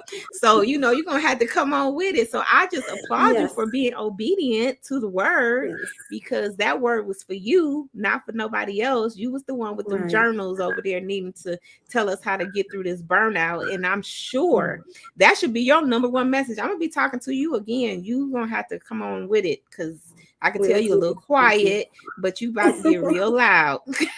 All right. Well, I thank you so much for coming. Thank you. And thank you for spreading your nice calmness. You calm this situation on down, but it's about to get hyped up again, because I got the hype up lady that's in the green room, and I hope she's not eating up all the snacks. Miss She Exists. She better not be up there eating all the snacks up. But I thank you for your presence. I thank you for your support. I thank you for just everything that you do, because you are adding true nuggets to us all, and we need help. We need support. We need everything that you got. So come on and work on this one, get the word out, and we're gonna work on that other one. Will do. Thank you so much. All right. Thank you. Bye-bye. Thank you. So you know what? Life is just so beautiful. Can somebody say beautiful? That was for you, Queen. That was for you. I'm sorry, I was supposed to give you your bell first, but put your hands up, put your hands together. I'm just loving it. This has been like the best part of my day. I tell you, I be so she said anxiety. She said everything that I be going through on a daily basis, and especially when it's time for us to go live. I'm just like, I lose my mind. I'm just like, ooh, this for me, this right here is my therapy. This right here makes me excited because hearing all of these dreams come to life is just the best thing ever. And people just don't even realize. People be so busy up there doing, I don't know what they be doing. They be messing about, messing around, and then you get people that really is moving, and like her, she's so sweet. She's just like all laid back. She just, yeah, we're gonna have to, we're gonna get it right though. Trust me. But that's okay. Everybody, it's something for everybody. What the pastor say? The pastor say your original, you the original copy. You ain't no copies out there like her. She is the original copy. And this next queen that I'm about to bring up, she is the original copy. Trust and believe when I say she is the original copy. She is one of our sponsors, and just had to have her because she offers us resources, in marketing, resources in exposure, and you as an author, you need all the exposure you can get. Because of her, we've kind of like we linked to the hip, and every time she move a little bit faster because she younger than me. She younger and she prettier than me, but I be still trying to hold on. I be like, don't leave me. But and she said she gonna retire me. That's what she said. She said that about a year ago. I'm gonna ask her if she remembers. She probably don't. You know how people get, they be like forgetting that they said, I'm gonna take care of you, queen. I'm just waiting because I need to sit down. Well, without further ado, let me bring my baby on here. What's up, Janelle? You muted. Are you muted? Unmute, woman. First of all, I remember that conversation. I am going to retire you. Okay. Let's talk about a few things. You are damn dear, drop dead, gorgeous, beautiful queen. And I love to see you in your happy space. I am so happy. I'm on fire over here. Do you see all of this happiness? See, I feel it. What's that song? Can you feel it? I feel it. Can you feel it? Can you feel it? Boom, yes, boom, boom, yes. boom. Look at that. That's my baby. Okay, wow. Now before we set the record straight, okay, now you all, this is, okay, hold on. I'm getting ahead of myself. There you go. This is our first sponsor. She's coming to you live from Florida. She is the CEO and owner of She Exists magazine. She has a global reach, and she does a lot of work for not only authors, but also she's in the fashion industry, the business industry. She is just powerful, and I'm talking about the one and only Janelle. Wow. Thank you. Thank you. And we could not have a book fair without, she's also an author, but I'm gonna just move out of the way and let her tell you. But I got to tell y'all this first. A year or so ago, she told me that I wasn't supposed to be working as hard as I was working. That's right. And she said, Queen, I'm gonna retire you. That's right. Now, and we coming up to that stage. I got to put in a little bit more work, and you unfortunately you got to put in just a little bit more work. But we getting there. There. Okay, y'all heard it. Now I need everybody watching to make sure you share this part. If you don't share no other part, you got to share this part because this is critical that I can get retired. Absolutely. And just kind of like do my little cameo appearances every now and then. Of course, we getting there. But on that yes, I'm doing fine. I stayed home today because I couldn't miss this, So my natural look, I'm feeling it. Don't need no lipstick, nothing, because I am comfortable in my skin. But I do want to elaborate on why I said that I'm a retiree. Because She Exists, first presence, first appearance, and first media was where? On the I Am Enough talk show. Okay. And when I tell you jump on faith, didn't even know you, sister, but you were the algorithm and you were the consciousness every morning going to a 9 to 5, okay? And in listening to you, you applied verbiage and I applied it. So you would sprinkle it like you do in the morning. You was at 5 o'clock, 6 o'clock in the morning, and right? And I'm woes is me, but I was applying every piece of information. Okay. And going forward, I took a shot. When you answered and I called and it was on ever since. And I feel it's not owing you something, but I live up to the mentorship status of what you poured into me. Okay? And what most people do, they forget, they move forward, but it was your words of wisdom that sustained the girl, because the girl was struggling mentally, right? Because it was like the poverty was trying to take over the wealth mindset. Mm-hmm. And listening to you gave me hope, and you gave me words of wisdom to believe and dream, and I haven't stopped ever since. You have not stopped. Yes. Oof.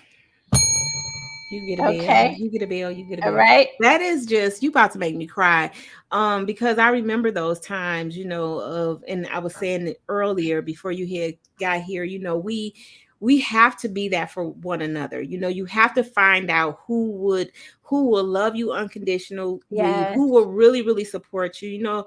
Unfortunately, and I don't even talk about the people and what they go through and what they give and what they take back and what they be dishonest about. I don't even talk. They don't even. They mean. They don't nothing. even matter. They That's don't. right. It doesn't even matter. But when we stay focused on our provisions, and providing things for people, that's where you're going to continue to always be that blessing, and you'll continue to receive in that matter that you give. And you give so much, Queen.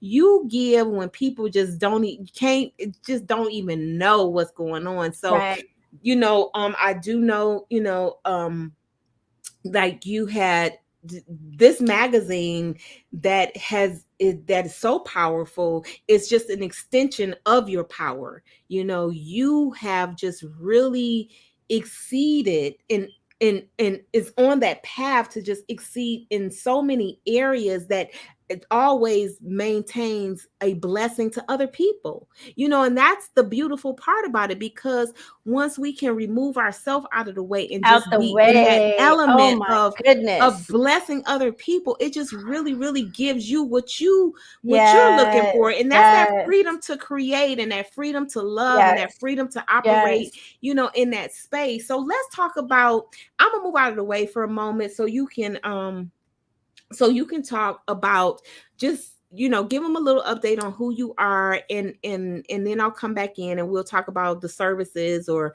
the things that you have going on within the magazine and anything else that you want to share with us, anything that's coming up or anything. Okay, I'm gonna move out of the way. There's my love. Again, I want to thank you, Queen, for giving us a platform, taking your time out of your busy schedule to inspire, empower, and ignite us. And there's so many people that you have impacted, whether you know it or not, or whether they are giving you your flowers while you're here.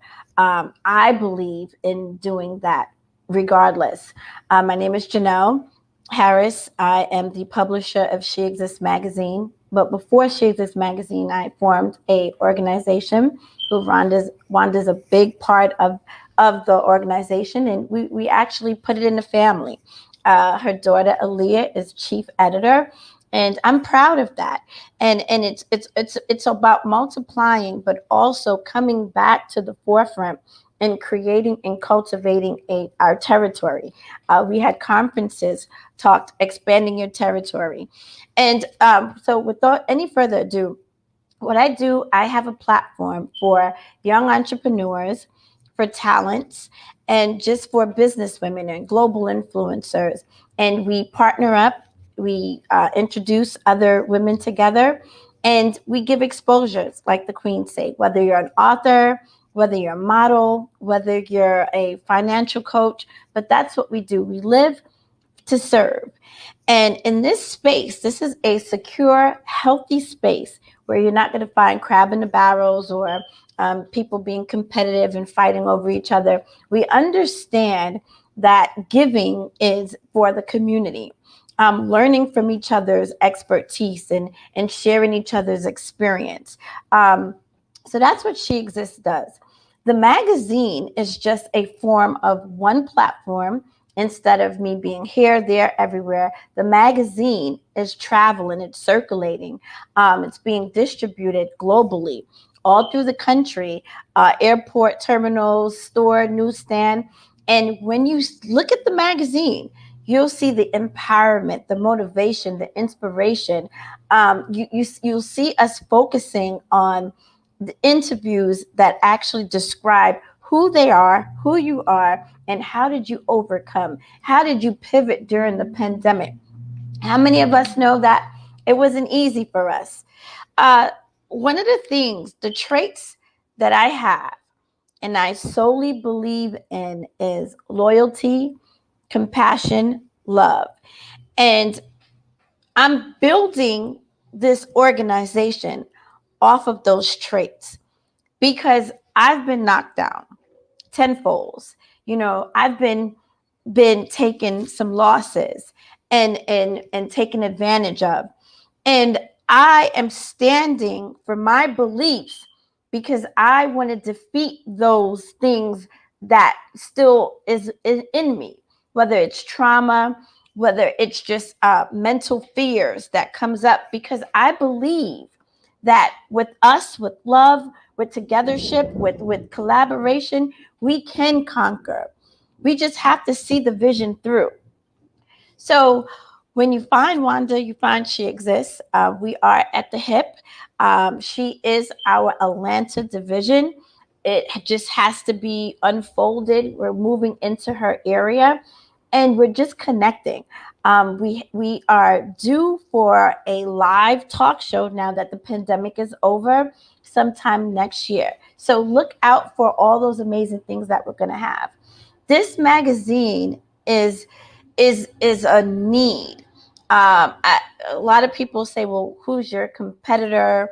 And I'm in there with Essence, Cosmo, L, and I don't look at it as a competitor, or who I'm in competition with, because I believe that there's plenty food on the table for everybody. And you'll find the new talents in the magazine. It's just not all about a celebrity. It's just not all about Hollywood or who's on TV. But you'll find new entrepreneurs that's doing it. And that's where my passion is, still helping people get their word out, exposure. Because I understand how content is key. But it's just not content. What are you doing with the content? I was backstage and I heard Wanda said, we got to get those reviews out. People purchase the magazine, that's great, but who's reading?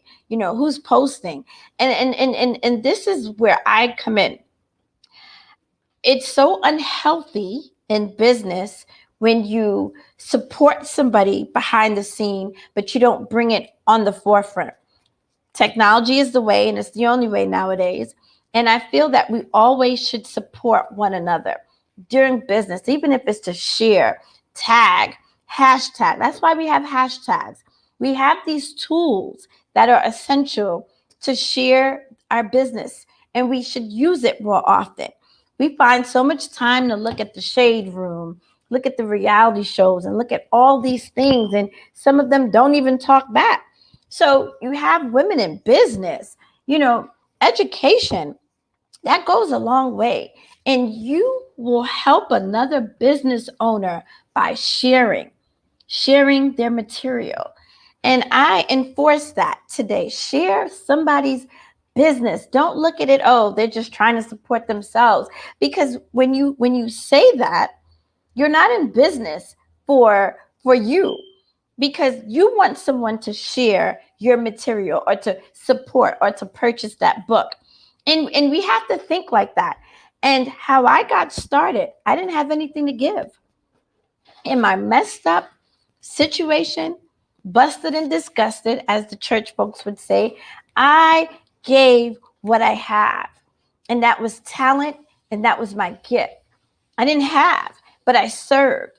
And if it was to help somebody's business, because I love the motto, do unto others as I would like to be done unto myself. And I want to live by that method until I die, because we all know our source is from God. It's not from mankind. It's not from the person down the street or anything. Because blessings. Queen talks about black magic. Man, that black magic is so powerful. And you don't know where it's coming, when it's coming. So you deposit. You deposit by helping a business owner. You may not have much to give, but if you can sow a seed, Queen knows I'm a believer in sowing seeds. And I feel, based on what I believed in and those faith and the faith walk, God gave me what I asked for. He blessed me with what I was walking towards. And I didn't see today, but I knew of today. That makes sense. I didn't see today, but I heard today. I heard the blueprint. I'm a firm believer of watching my company now and keeping positive people in my circle, erasing the foolishness of the past and all those fears, and start to focus on tomorrow. And in my walk, I stayed consistent. I had doubts. There was a lot of trial and error. There was a lot of failures. There was a lot of bad decisions because I didn't know better, or at least I thought this was the right way. But I'm learning to use that black magic. And that's trusting myself, trusting my inner gut, just keeping my inner thoughts to myself and securing those jewels, because we read the Bible and we see what they say, but do we really apply those nuggets? We read books. And I go to say to you, at 5, 6 o'clock in the morning, I was listening to the Queen and I listened. But I didn't just listen, I applied it. And she would have these seasons of conversations. And she talks about being consistent, being motivated. One of the things that stand out too, she talked about motivating yourself.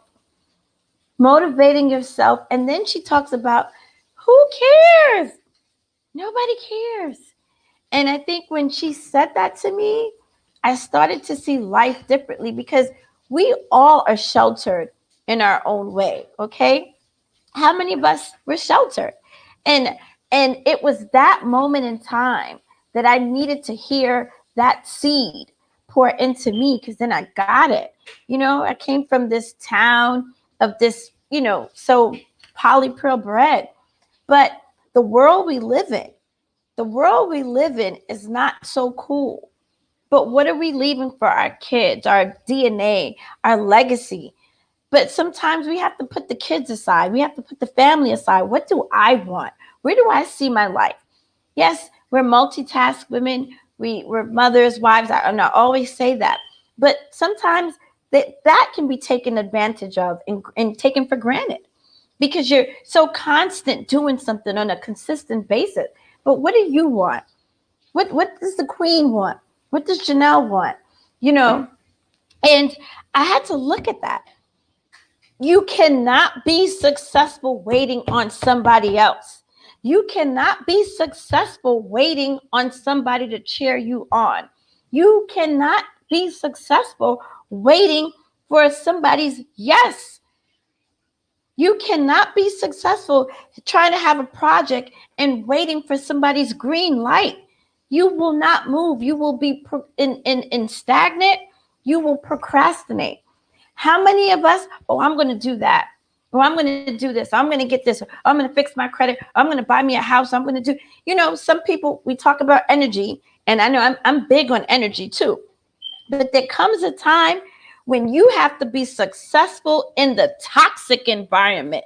Okay? Comes a time where you got to key everything out and stop making excuses for your environment. Stop making excuses for what you think is holding you back. We got to hold ourselves accountable. And I'm going to tell you something. I became successful in the most stinkest environment. And you have to make up your mind. What you want is what you get. How do I get there? We have to hold our own self accountable. We cannot continue to blame everybody else, but not ourselves. When you start to hold yourself accountable, you have increased your faith. You have taken your life to the next level. You know, some of us may have some spoiled, rotten kids. I know I do. And guess what? It comes a time, it's not about them. It comes a time, it's about what I'm living for and what I have to do tomorrow. It comes a time where you take a stand. You may have to get rid of the things that make you comfortable, to be uncomfortable in order to move to the next level. Because that's what it's about. And you know, they say God gives us riches and glory. We have riches and glory. But sometimes we're stuck or we're in a blockage, right? And then it's like 10 years from now and we're still calling and we're still praying on God, and that's okay. But guess what? What haven't you not get rid of? What have you stayed in? There comes a time where you know what? Enough is enough. And you have to realize where you are, no matter what it is. And I'm here to tell you, because I hear the church folks say it. Oh, this person's blocking you. That's bull crap. Your mindset is blocking you. You can grow. I remember this scripture where it was the grass was two lands, the same side, and one land couldn't grow, something like that. But the other one did, same season. But what the other person was doing was planting his stuff. He came out numerous times and planted, made sure they had seeds in there. And I'm going to tell you, you can be successful in the most horrible environment. It's what you want to put your mind to.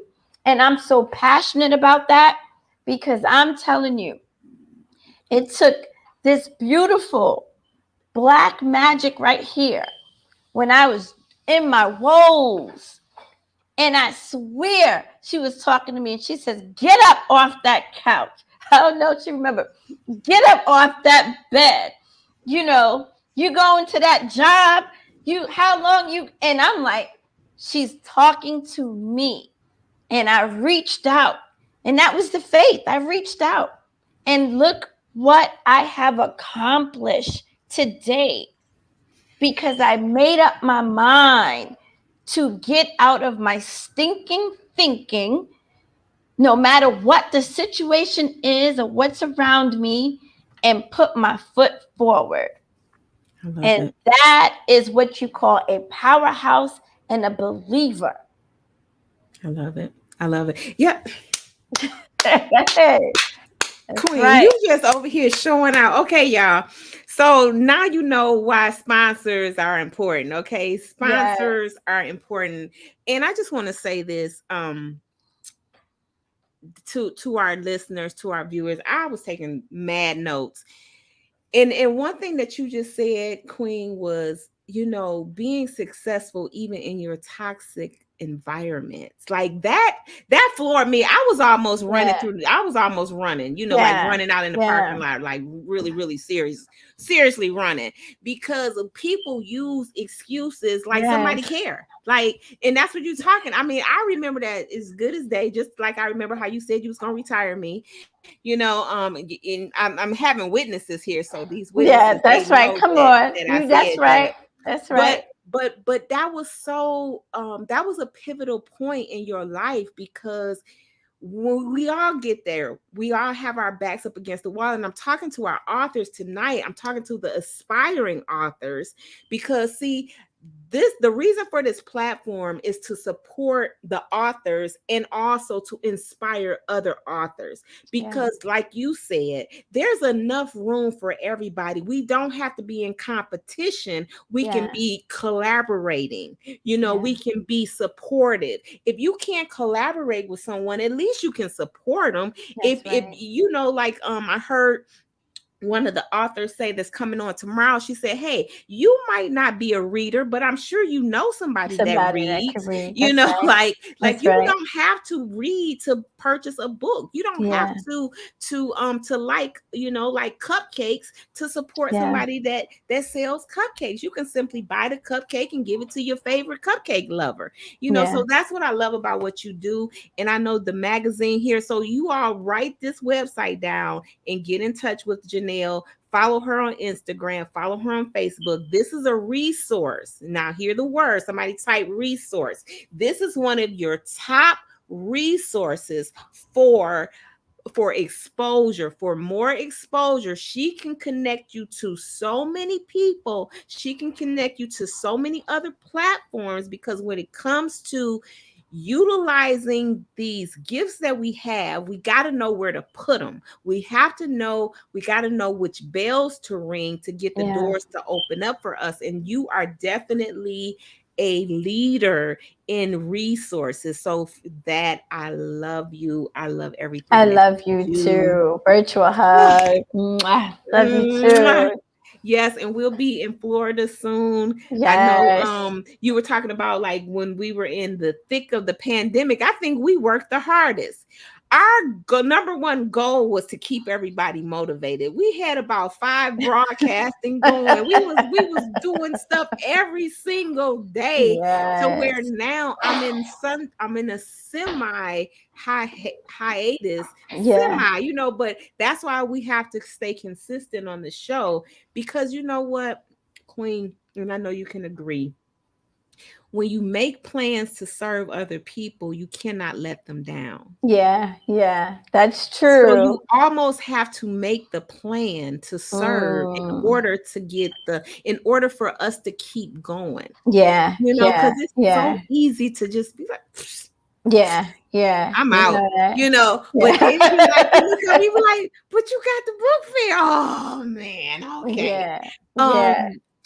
And it helps though, because just because you have the gift doesn't make it easy.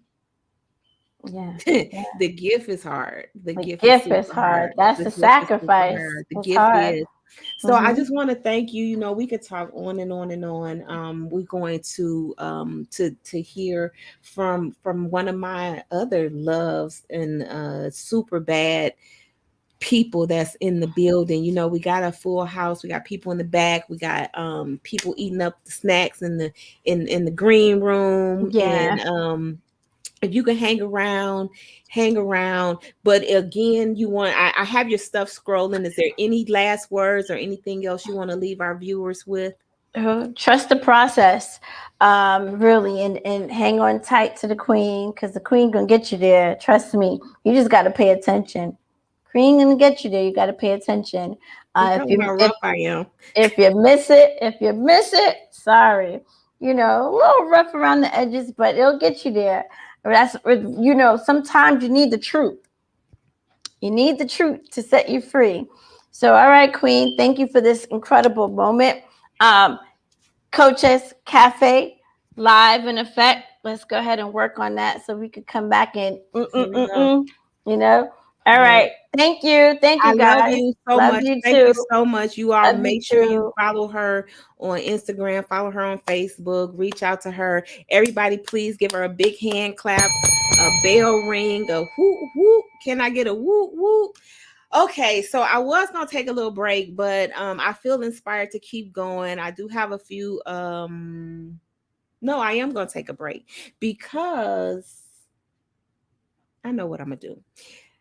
I'm not going to take a break just yet. I'm going to talk to our next author that's up, Miss Sandy Rogers. And you know what? When I tell you, power just be dripping all out the place. I can't even talk enough about this wonderful queen. She is everything to me and then more. A bag of chips, the dip, the sprinkles on the ice cream and everything else.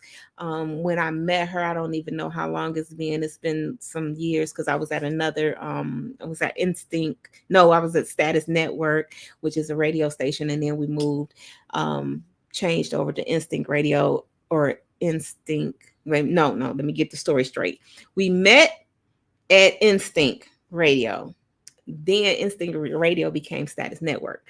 But when I met her, she was like a ball of light flashing before my eyes, and she continues to flash before my eyes. She serves in the deepest capacity possible, in media, as well as she's an author of many, many, many books. And she's a holistic practitioner. She's a master gardener. I mean, the list goes on and on and on. And I would say, you know what, just about if I need to know anything, I'm calling Sandy Rogers. So let me bring her on. Sandy Rogers. Thank you, Queen. I'm calling Sandy Rogers because if Sandy Rogers don't know, I don't know who know. I just don't know who know. Did Janelle knock it out the park? Yeah, man, she was awesome. Incredible. I love that. Yes. I know. She is just. I'm going to check her out. Oh, yeah. I mean, she is just phenomenal. The things, the resources that she have, the way that she serves is just amazing. How, she's just one of those people that just like figures it out. Because we don't have no excuses over here. It's just like, you just got to figure it out. But how are you doing this lovely evening? I'm doing well, man. I have no complaints. Life is wonderful. Life changes, every minute, moment to moment is something different, something new, but you better roll with it. You gotta roll with it. Yeah, man, ain't no changing it. And you look absolutely amazing over there, getting up that Atlanta sunshine, the bipolar weather in Atlanta. So you rolling with it. And but I'm gonna do this. I'm gonna move myself out of the way so you can introduce yourself further to people, and then we're gonna come and we're gonna talk about this book, All My Men. Yes, Ooh.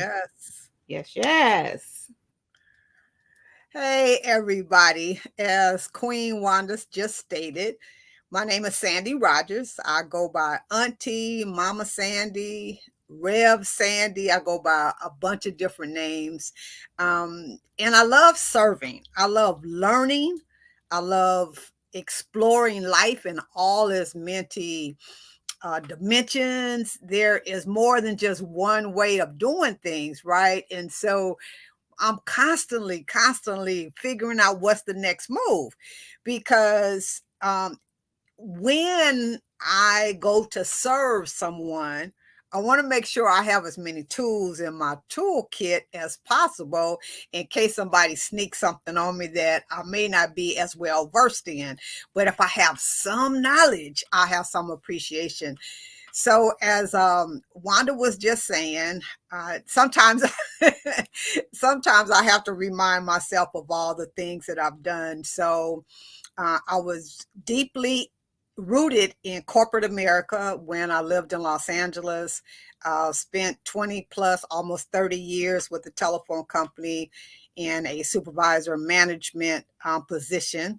From there, I began designing clothes, had my own label, and I was featured in several fashion shows in the Los Angeles, Beverly Hills, and Wilshire area. Then when I took the retirement from corporate America, I opened my own modeling company in Los Angeles. And man, everything just exploded at that point. We were creating opportunities for the community, for the citizens to network and talk with the police in a very meaningful way. We had exchange programs with international students around the world, artists actually, and they painted an international peace mural on the side of our building where there were originally 3 other businesses there, but the Rodney King riot had destroyed those businesses. So ours was the only one left. And so we honored that with that International Peace Mural. And it was really a magical event. And I've been, like, I'm always learning. That's all I could say, people ask, so why didn't you just stay in that one field? And my answer is always the same, because life is more than just one road, just, one state, one person. It takes all of that to be able to come back and live a full life, and then also to be able to offer advice or help or alternatives to people. And so, you got to be ready. That means you got to do a lot of learning and a lot of unlearning. That's one of the big things I find these days, is that so much of what we have accepted is not necessarily the truth. And some of the issues and the programs that we've been given have served to limit us, right? And what we hope to accomplish in this world. And so that's why you have like people that come up and they go to college, they focus in this one area, they get a degree, they go to that job, but they hate that job because that's not their love. And so that's why I say, keep learning, keep expanding your field, so that hopefully at some point in time you'll find something that you can really gravitate toward. And for me, that has actually come to be working in the dirt. Working in the dirt, because she is the master gardener. Listen here, Queen, you just said something, and it came in my mind and it slipped off. Oh, the one field thing, because we always evolving and we changing, and what we like to do at 20 may not be what we want to do at 30. And so you can't be limited or have these shackles that, oh, that's what you went to school for, like go to school for something else, Right. It's such a great thing, because I believe that that's what keeps you so youthful, because you're just like always learning, always loving on somebody, always giving, so what's your secret? Is that it? I guess, but how at 18, 19 years old, how in the world, with that limited amount of exposure, experience, can you say what you want to do the rest of your life? That's right. If we think about it, it would just make sense to us, so and I don't know. I just, I've always been an outside the box kind of thinker anyway, like I never wanted somebody to pigeonhole me into one thing. Oh, that's Sandy, the designer. Well, I did. I was very successful, and I had some award-winning shows and got all type of magazine coverage and things like that. But that wasn't all of me. That was just that one little part of me. And so, and I think like with my grandchildren, when they were younger, I would always say, so what do you want to be when you grow up? I want to be a firefighter. And what else? And they would be like, what do you mean? What else? Well, what else? And I would ask that, over and over again until they just, their mind would just be blown away. Like, I can really do all of these things. Like, yeah, man. Yeah. Yeah, you can. So tell us about this book, All My Men. I have to say it real slow. Tell us about the book and what can we expect to when we start reading it. Thank you. So All My Men came about when I relocated to Atlanta, Georgia in 95. And I would write letters home all the time to just, a wide range of people, friends, elders, godmothers, and like that. And so they were all very complimentary, like, oh, Sandy, you write so well, you should write a book, and I'm like, write a book? I don't mind, write you guys letters. They said, yeah, but, we really feel like we're there with you because you're so expressive. And I had been working on forgiveness. Just something very magical, that just caught my attention with that whole concept of forgiveness.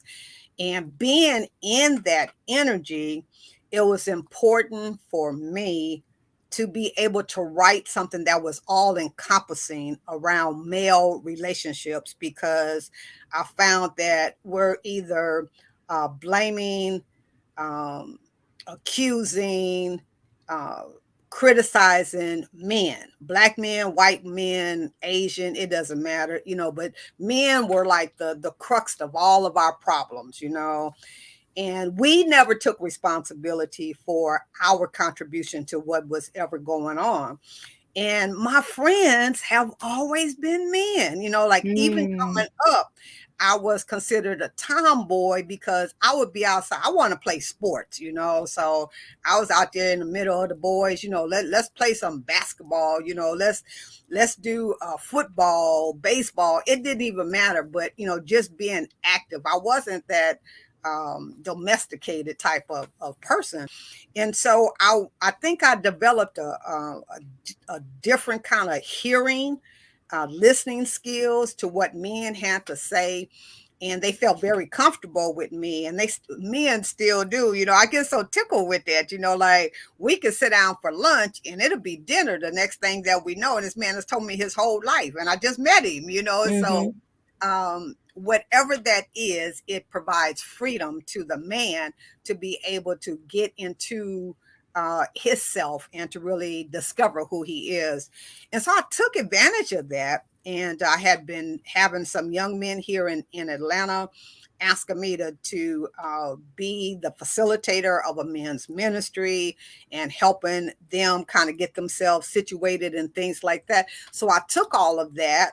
Plus, I sent a letter out to guys that I had been working with for years and years and asked their input. Like if I was to be the biggest help to men, how would that look to you? Knowing what you know about me, and then tell me what our relationship is, how have I benefited your life? And so those served as a springboard for me to put this book together. And it features all the men living and those that have transitioned, that have served in any number of roles in my life, father, stepfather, grandfather, uncles, godfather, husbands, significant others, bosses. And so in each one of those, what I did was I looked at the relationship from a whole different perspective. Like, how can I not blame? How can I not criticize this person for not doing or fulfilling that which I wanted them, in my narrow mindedness, right? Because mine, of course, is the only way, right? So it's not giving the other person the opportunity to be their authentic self. And so when I did that, it was just such a liberating action to take, and to be able to put that out there. I've had so many individuals, and believe it or not, Queen, it was more men that came to me than it was women. I thought it would be the women that would come and be like, oh yeah, that really worked with this relationship or that relationship.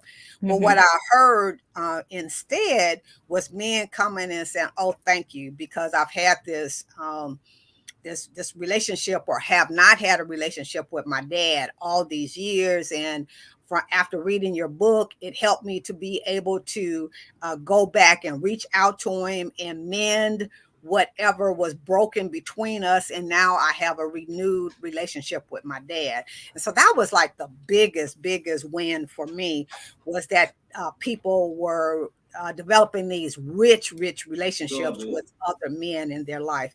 So I was real happy with that.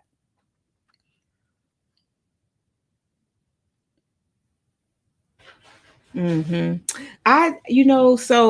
one thing that I know from my little spin here in Earth is that we tend to not listen to men and kind of like ignore their emotions, it's almost like they get judged or pigeonholed in a certain light, and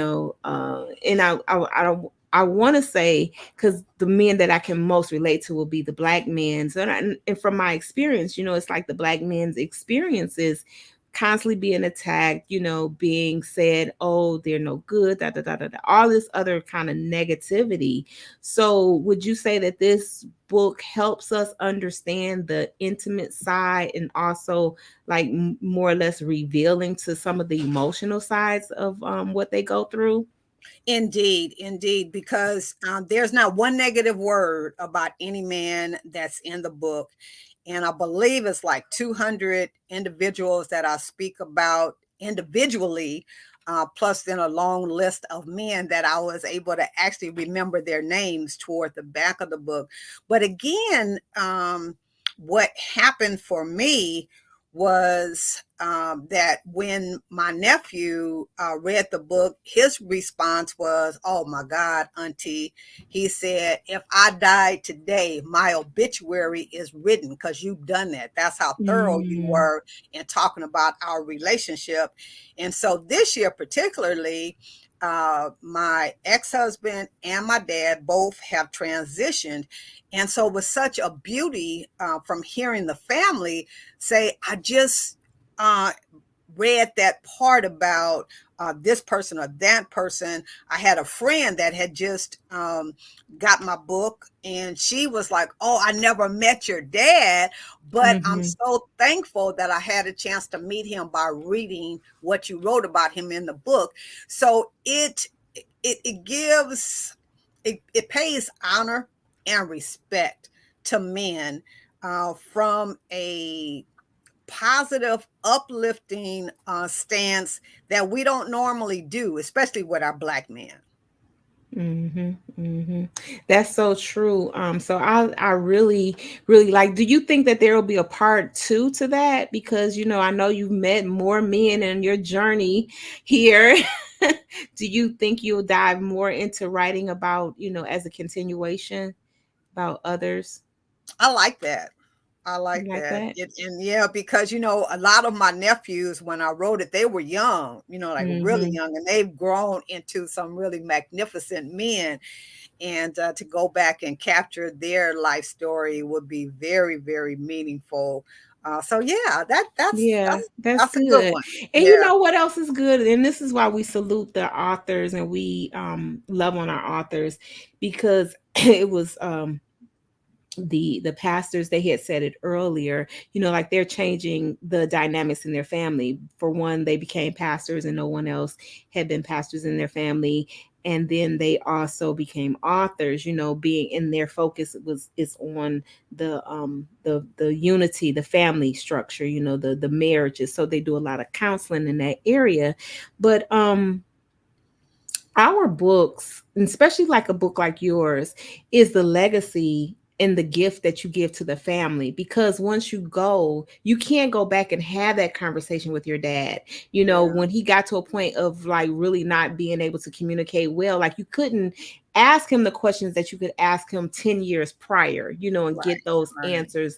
And so I think it's just something that that's real special about what you're doing for your family. And of course, we kind of, as spectators, we look at it, but you're really leaving that blueprint for your family, for your own personal people that you're connected to, which is a great thing. Because no, someone has to tell the story, Yeah, yeah, yeah. and nobody knows the story if you don't ask for the story.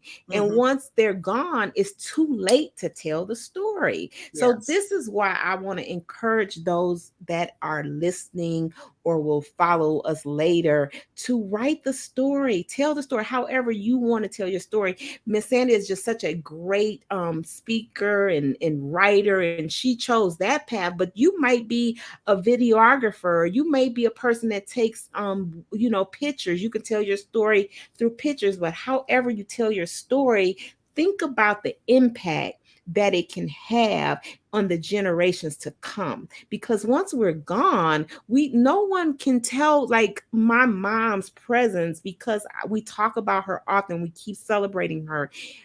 we can keep telling her story, but to get it down in print, then Yeah. it passes on, because once that person stops talking, it's like, I don't know who that lady is, well, come on, let you read these pages of who this lady was. So it's just a beautiful thing. Now, how can we get your book? How can we get it through your website, or do we have to go through Amazon? How do we need to get this book? Both ways. Thanks for asking too, Wanda. And so on Amazon, it will be All My Men, of course, by Sandy Rogers. And Rogers is spelled with a D, if you didn't see that.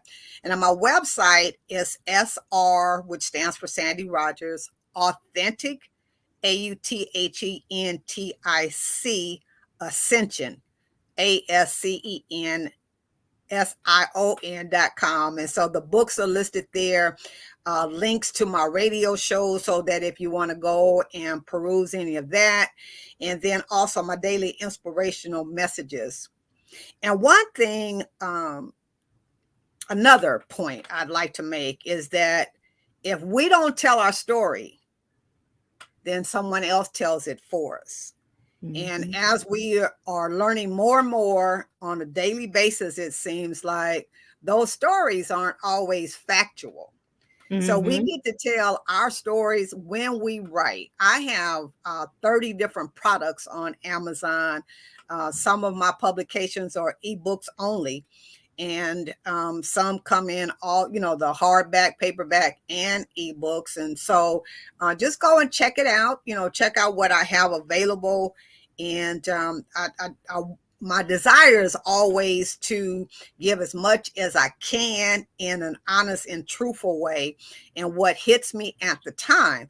And this is probably a signature book that will go down for a long time, because of how it was written. I believe it was historic from the standpoint that it was all positive about so many different men and a wide range of men. So, yes. Beautiful, beautiful. Now, I got a question, and it just came up. But have you ever thought about doing readings of the book, like, really, really, like, just sitting back and kind of like fire chats, just kind of reading out a little of those stories? Y'all got to know me and Wanda go way back, so it's all good. See, Wanda, some years back, I actually did audiobooks out of, I think, 3 or 4 of my books, but I haven't done anything with it. So I have the files, but I have not created the product itself. And I think that that's a good idea. And I know that as we start coming back together, that this would truly be a project, that would make sense. And that people, because we've been so withdrawn and isolated from one another, that this would be a wonderful way to start a conversation with people. Yes, ma'am. Thank you for that. I appreciate it. I think so. I think so, because in what is it? Father's Day is in June. So normally in this June, I didn't do it just for sake of time. But normally I do a Father's Day, like a recognizing men, like that's that weekend that we do that. And it's so critical, because when you think in terms of the family, and no matter what agenda is being pushed in today's society, we need the healthy, strong family in order to prosper, and we have to learn that it's very critical for everybody to play their role.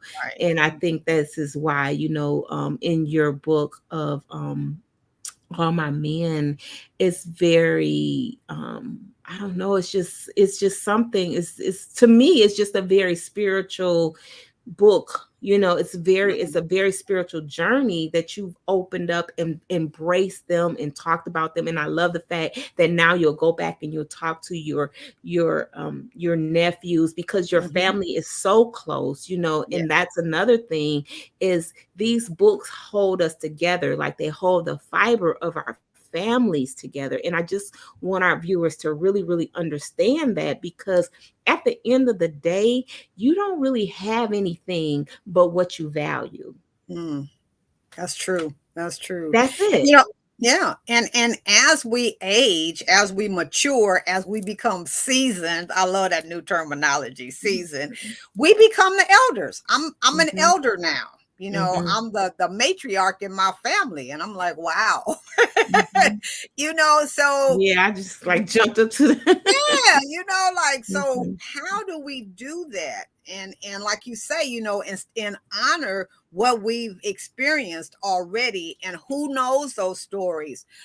So I've actually got two family meetings coming up, one on my mom's side and one on my dad's side, with the elders on both sides, because they're my generation. They're around my age, and we're going to start working on putting something together so that the younger, like our children, our grandchildren, our great grandchildren, so that they have that, what we have, history of what it was right. like, 50, 60, 70 years ago, and how our family overcame so many of the Mhm, hurdles in life, and was mhm, so successful, yeah. so yeah, it's extremely important for us to tell our story, and for us to make sure that our families know the truth about their heritage.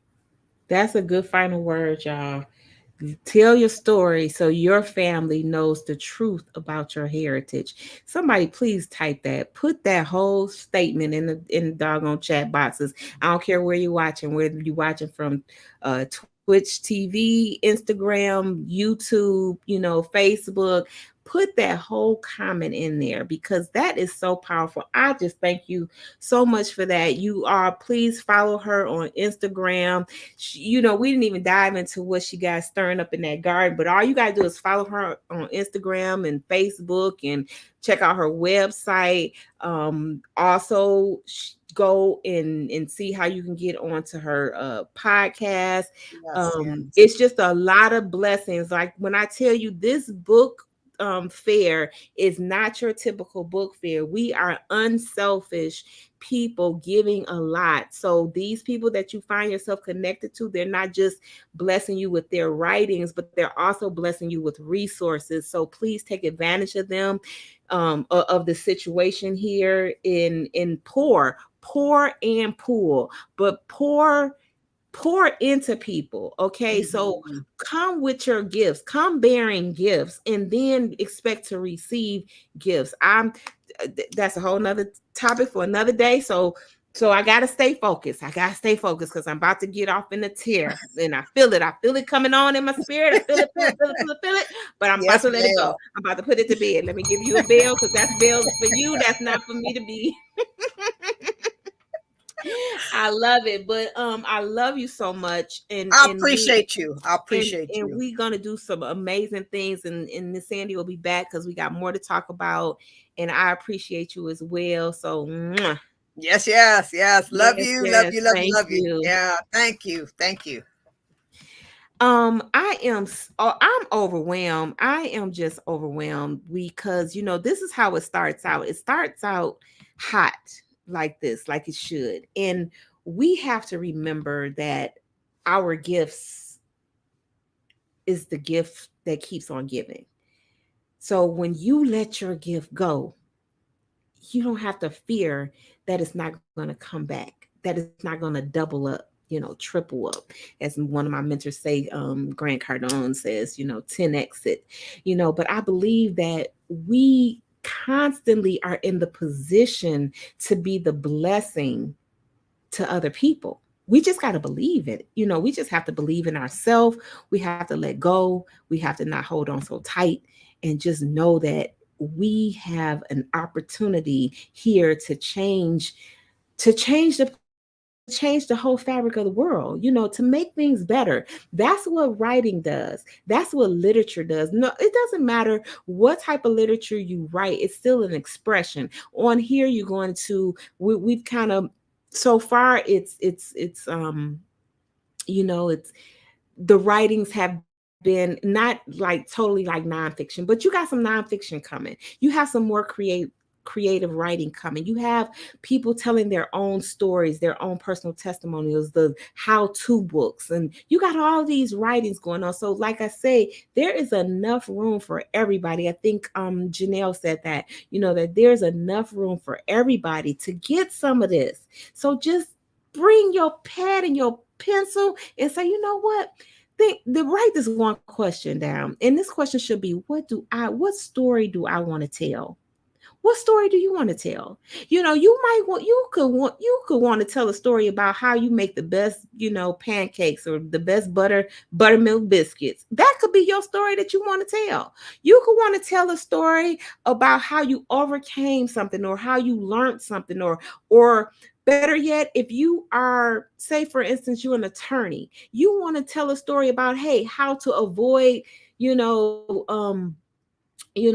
say you're a tax attorney, you might want to tell a story about how can you save money on your taxes. That could be your story, and that could be your foundation for not only your story but your business, and that could just open up so many doors for you. So I just want you to think, what story do you want to tell? What story do you want to tell? You could be a dog lover. You could want to tell a story about what dog foods not to try. Well, how to take care of your dog. The best soap to bathe your dog in. You know, it's so many opportunities out here, y'all.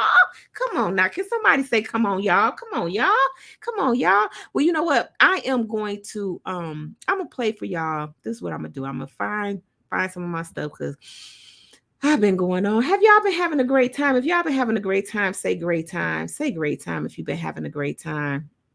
You know, it's amazing the way that this book fair kind of like just rolls out naturally, organically. It just, so many blessings just comes out of it. So I'm so happy for everything that we do here. What I'm gonna do is I'm gonna play a trailer that's for our next guest that's coming up, and so you could take a look at the trailer.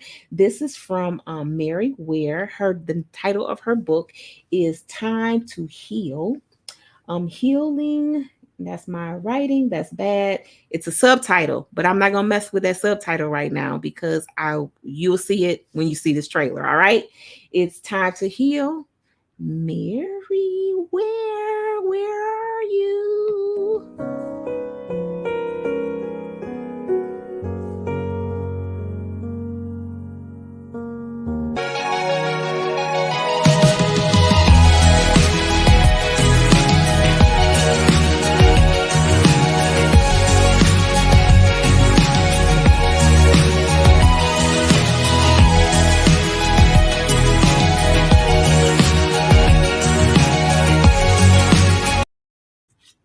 Wow, that was quick. Healing the soul in your hole. Healing the hole in your soul. I got it. Yay!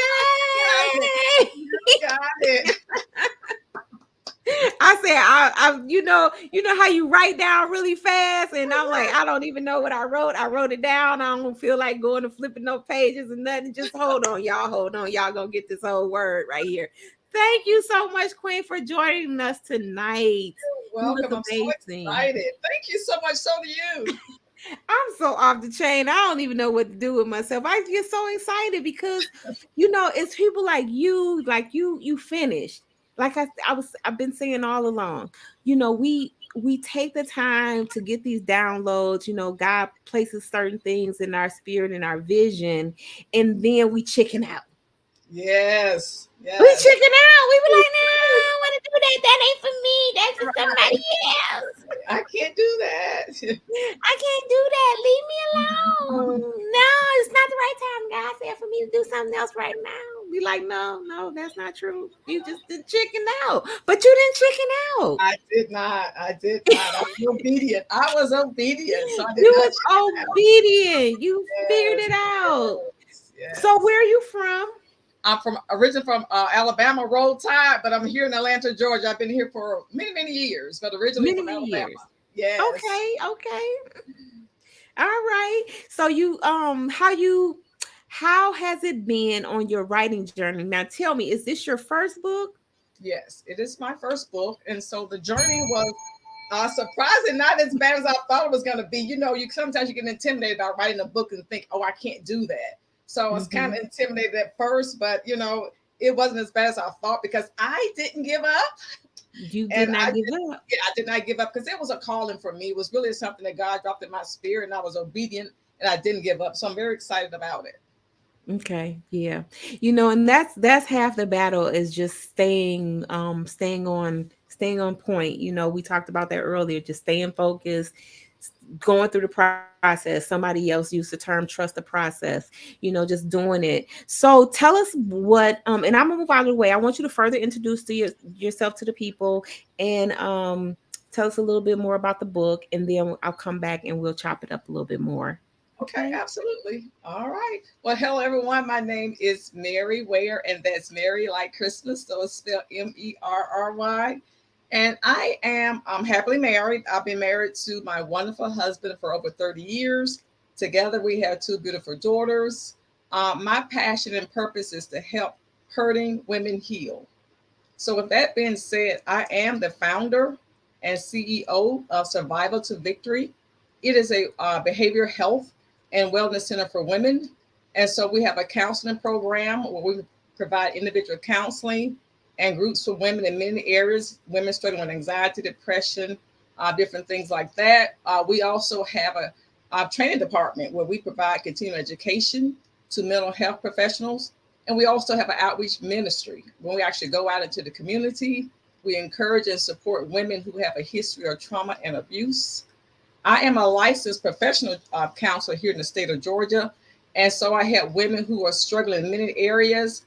But also, I specialize in helping women deal with trauma and abuse. I love what I do. I'm also the moderator for the Queen's Court. That's our women's empowerment group. Shout out to all my queens out there. We meet on Sundays. We meet twice a month on Sundays. And the Queen's Court is a space for women 25 and older. And we talk about all different types of issues that women face today. So absolutely love that. I'm also a speaker, a minister, and now I'm adding to that list of author. And so I am the author of the book, It's Time to Heal, Healing the Hole in Your Soul. And just more about the book, it's a book, how to heal. So it's a self-help book to really help you understand. So it walks you through understanding what abuse is. Some people don't recognize and understand what it really is. When you hear the word abuse, most people think physical abuse. But there's so many other aspects and parts of abuse. And so you have the psychological abuse, you have spiritual abuse, you even have emotional abuse or financial abuse. And so the book starts off by helping people to understand what is abuse, the different types. There's different stages of abuse. And then it goes on to help people to understand the impact that it has on someone's life. And a lot of times people don't understand that it does impact you. It impacts you in many ways. And there's many ways that we talk about in the book, but I want to say one thing people don't realize. The number one impact that unresolved abuse have on someone, unresolved trauma, is the inability to maintain healthy relationships. And so the book goes through that. It walks you through that to help you understand that. And then it moves on to helping you heal. And there's many tools in here to help you to heal. It walks you through different stages of how to heal and how to get you on your journey toward healing. So I'm really excited to tell you more about that and more about what I do. And I'm really excited to be here on tonight. Wow. That's a whole movement you got going on over there. A whole movement. And you like, Yeah, I'm gonna get you right over here, and then I'm gonna come back over here and get you right, and I'm yeah, gonna get you right over here. You know right. what? And it's such an incredible opportunity when you can like have a blueprint. Yes, Like you said some keywords. You said passion. yes.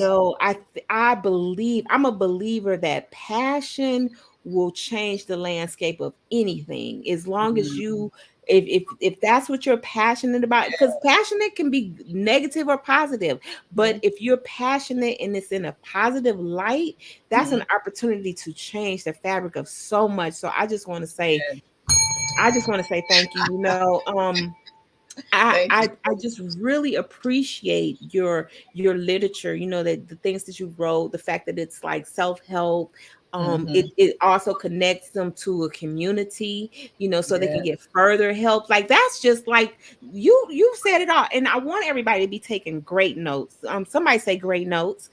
You have to take great notes because see, the type of book that you've written, it really is that springboard for a platform of a community, Yes. of a tribe. Because Yes. Yes. when people can come together in a Mm-hmm. positive way Mm-hmm. and figure out how to help one another, push one another, pull one another, it makes everything better around them. um Absolutely. I like what you said, when you don't, if you can't identify with the trauma, you can't have healthy relationships.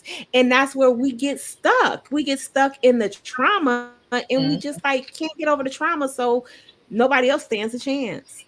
That's it. I'm glad you caught that, Queen, because that's what happened to a lot of us. We get stuck and we don't know how to move forward.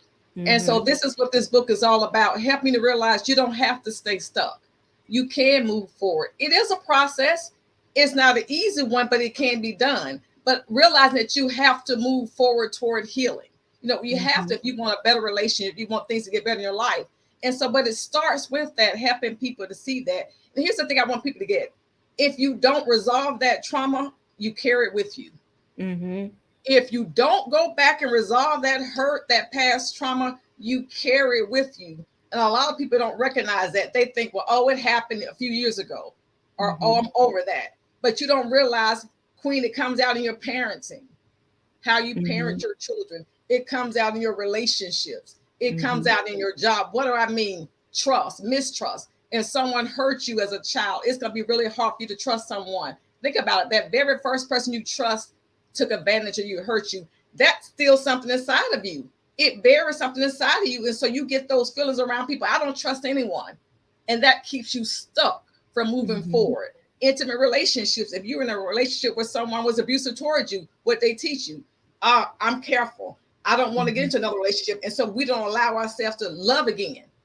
Our heart is Right. hardened. And that's what the subtitle is, helping you heal that hole in your soul. Because you Mm-hmm. have to move forward if you want to heal. If you want to see the other side, you have to be willing to walk that journey. And this book helps you to walk that journey. It helps you to get unstuck. It helps you to move forward toward healing. I love it. I love it. It's so much that you offer. And I'm sure that being married for 30 years also gave you an insight, Mm-hmm. because as being married, you go through so many things. Yes. Like it's because it's like that 30 years is a long time to change. People change, people grow, people evolve, people, if they don't move forward, then they move backwards, like and you have to have this constant enhanced development of awareness of where you Yes. are, and Yes. how do you get past that point, because if you come up, and I'm sure you can, come on in here in this conversation with me, when you come up across issues that is awkward, Mm-hmm. and how some of us just say forget about it, Yeah. Yeah. but Yeah. it's not really forgotten about. It's not forgotten. It's not forgotten. Yes, I can tell you more about that. It gets buried. And then what happens, it comes out at the wrong time when you least Mhm. expect it. And Mhm. it comes off a lot of times explosive anger. Mhm. And it's sometimes, have you have a conversation with someone and their response didn't match what you were saying? You're like, Yeah, what did because they they're say thinking wrong? about something Yes, else. yes. They went and pulled back that hurt from 5 years ago and go, Queen, and they're going off on you, going, wait a minute. Hey, I just Yeah. asked you if you wanted some popcorn and you're going off on me. It's not about the popcorn. It's not Mhm. about, people don't realize that it's those deep hurts. And so in relationships, you're going to have the give and take. But you have to be mature enough to want to work on the relationship and not the, oh, I can't take this, I give up. We give up Mhm. too easily. It We have was. this fairy tale idea of what a marriage is supposed to be. And when it's not like we think, hey, I'm out of here. I'm out of here. But it also involved effective communication. You have to be willing to hear what the other person is saying. A lot of times it's misunderstanding. That's I've been married for so long. It's communication. It's like, so what I'm hearing is this. This is what I need. So it's a two-way street. You got to be able to communicate your feelings, your needs, and be receptive to the other person's wants, needs, and wishes. So it's going to kind of go both ways, Queen. That's how it works. Little give and little take, but that's what's needed to have those types of healthy lasting relationships. Yeah, and then too with yourself, we're so hard on ourselves, like we Yes. beat ourselves up, and because I think the forgiveness starts with self. If you made a Yes. mistake, you say, you know what, I made that mistake, and like all mistakes are livable. Like you can just you keep going. It's so hard, and I think the older we get, I always try to take, and this is the helpful part of being a grandma, Okay. because kids will teach you how to keep going, how to let go of the past. Like, okay, I just fell down. Bop, they bop back up. I got one that just learned how to walk about 3 days ago. Okay. So she fall and she get up, she fall and she get up, she fall and she get up. Now, as we get older, we don't get up so fast. Let's talk a little about that. I call that our inner critic. We are so hard on ourselves. We're so quick to forgive others, but we just have a hard time forgiving ourselves. And I tell people, sometimes you're your worst critic. You don't need anyone else to stop you because you're stopping yourself. Is whether it's in our thoughts or whether we are being self-critical towards ourselves. So we got to watch out for that. We got to watch out for that. And sometimes we have to be our biggest cheerleader. We have to forgive ourselves before we can forgive others. So that's very important. And one thing I want to share to people, don't be so hard on yourself. The world does enough of that.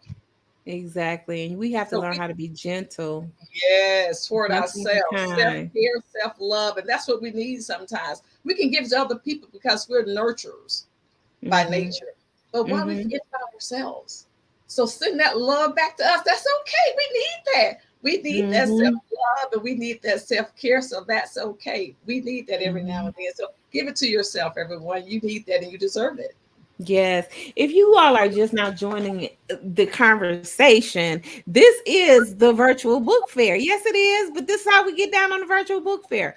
We talk about books, live issues, real in real time, and your book is it's such a blessing. How do we get it? I mean, I have your information. You can follow her on Instagram, Survival to Victory. Your link tree information is there so they can link up to you however they want to. And is that where they should go to purchase your book? Yeah, the book is on Amazon.com, so they can go definitely get the book off Amazon.com. I just have to stress spelling my name right because people want to spell it Mary. So you have to put it Merry. It's on Amazon.com, and it's also on my website, survivortovictory.org. Just click on the tab that says purchase book. That's good. And you know what? And let me just say, side note, because I'm always teaching. Side note, if you have a choice to if your decision is to purchase a book, which I believe that we all should support all of our authors here tonight. And check this out, viewers. If you know of someone and you say, well, that book, I don't, that's not the kind of book I like or whatever, it doesn't matter. You can still support the artist, the author, and give it away. You can do so many things with it to bless somebody else.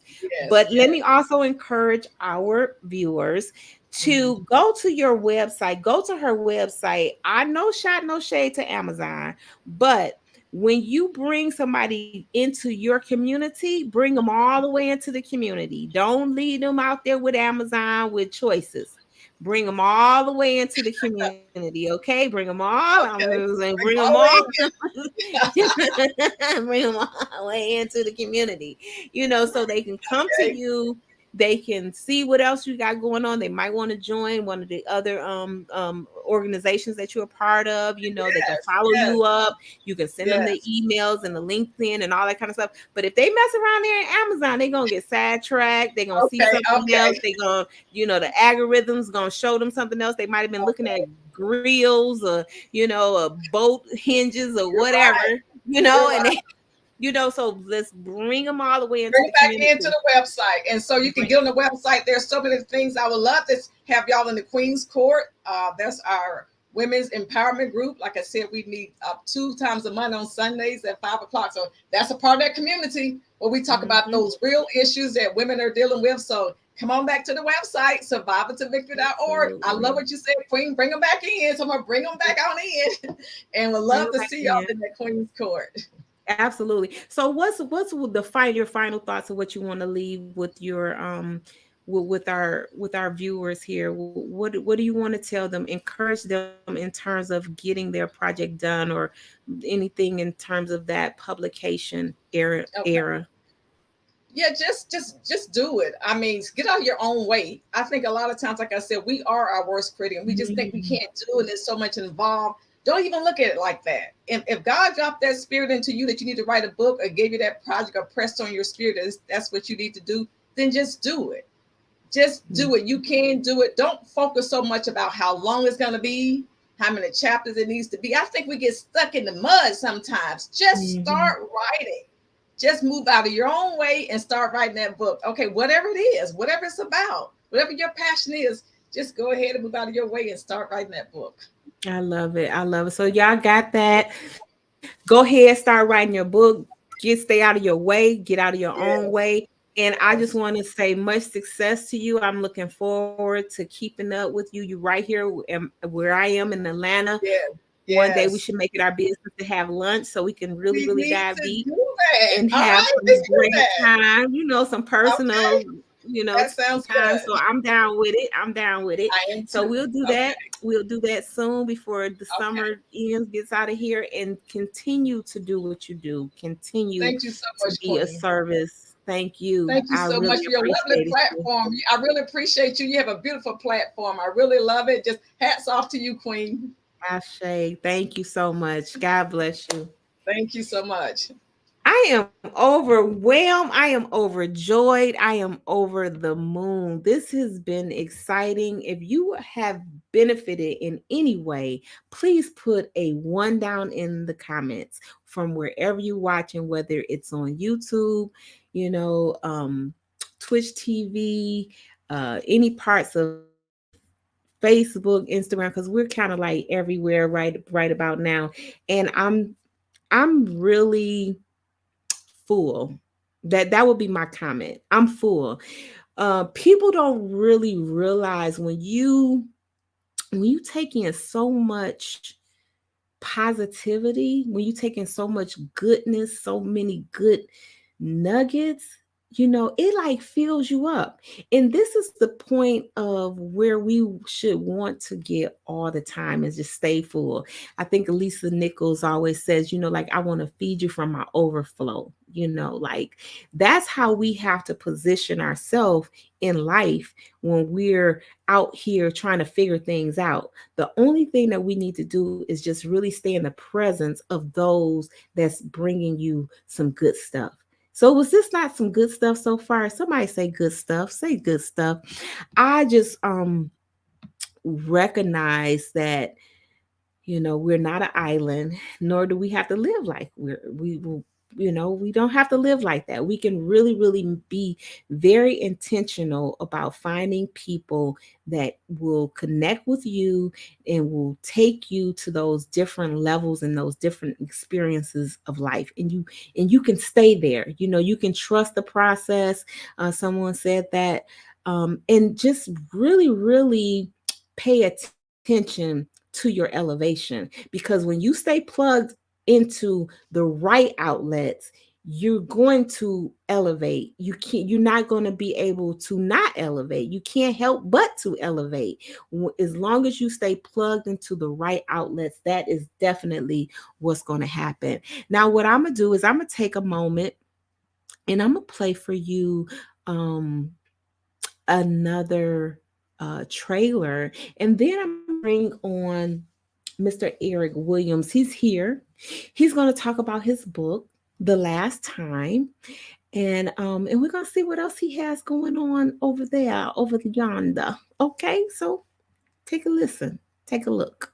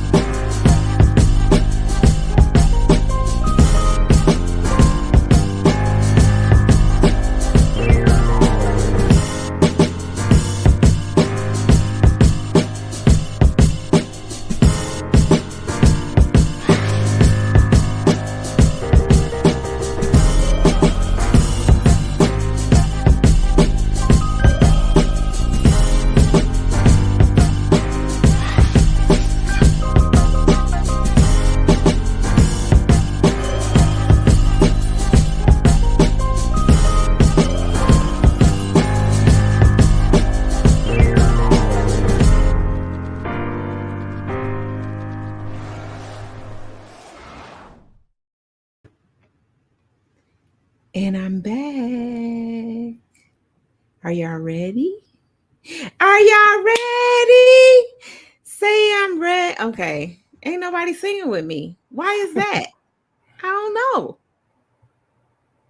Don't What's know up, either. Mr. Williams? Good afternoon. Good evening. How you doing? I am. Now you see me over here on fire. You don't even have Yeah, to you know, ask. like You know. what was the You know. this girl's on fire. I feel you. This girl is on fire. Okay, that's about all I got. That's all. How are you doing this evening? I'm blessed and highly favored. Awesome, awesome, awesome. I am, I'm feeling like I was saying before, I'm overwhelmed, just blown away by the commitments that people make to themselves, the way they're serving in so many different capacities and just being just doing it.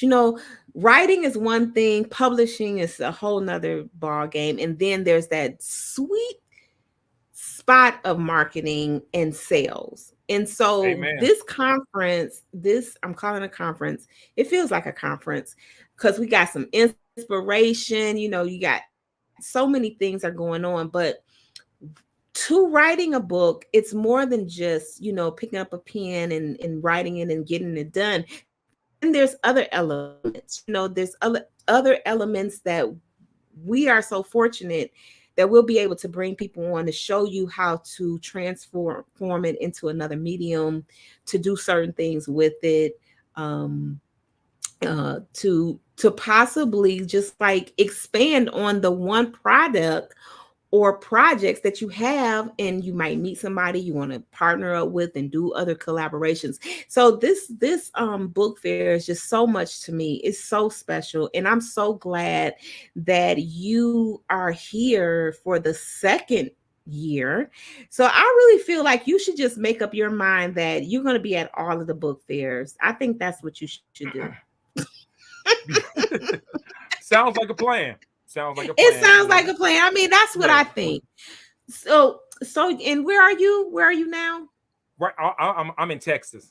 You in Texas? Okay, Yes. great. Dealing with Is it? 105 plus I was temperatures about to right now say, this are week. you melting in Texas? Yes. Yes. It's 105 is just an average day, give or take, in the last week or so. So we just know. I heard how to about roll it. with I heard about it. I heard like the heat index was like 120 or something. Like somewhere it's just around there, give or take. I just know that right now it's saying to be 102 on my according to my thermometer. Now I don't know what the heat index mean. I mean, heat index is right now, like it says, it's 102 as far as temperature wise at 7 o'clock wow. at night. 7 o'clock at night is still Yeah. crazy. That is just like, I don't know what y'all done did to piss off the sun Oh, guys. it ain't y'all. It is not y'all. It's what they done did. No. to where y'all gotta have all of that heat. So so this is tell me, which book is this for you? This right here is the one we were talking about tonight is actually my second book, but I have a trilogy. And Right. this right here is the first book that starts the trilogy. Okay. But I have a total of 3 books. So and tell us about the award you just recently received. yes, I won. I'm post show a quick glimpse of it here. It's called I'm gonna read off the award actually. It's called From the Book Fest Spring 2022. It's for the last time. I won second place in the teen fiction category. So, I just received it. Congratulations. Yeah, I just received it. Yeah. I just received it earlier this week. So I was definitely excited. So Yeah. show it. Are you shy? Show your award. No, I showed it, but I mean, I don't want to just, there, like, yeah, put it up in the camera. Like, woo, yes. Come on through, award. Yeah, okay. That's nice. They spend money on that award. Oh, I spent money on the award, actually. I mean, Yeah, yes. Right. Yeah, I'm not I have no problem with it. I don't know how many more I'm gonna have. So I don't know how many more I'm gonna get. I know I'm gonna get some more because I definitely believe in my talent. But right now, this was the first. So I definitely was just humble I was humbled by it, so I definitely wanted to, kind of treat yourself. I treated myself as like so I'm good with it. Good. But yes, Okay, like I said, that's I was humbled and just kind of surprised I actually, even placed. I wasn't expecting right. place. I just, was wanted to get my book out there. But the fact that I got it recognized was just, like I said, very humble. That's good. That's good. And so the book that we're talking about tonight is The Last Time, and Yes, that's that's actually the second book, but it's kind of like it starts in the beginning, right? it's the prequel. It's the prequel that Right. tells the story for the first book I actually published.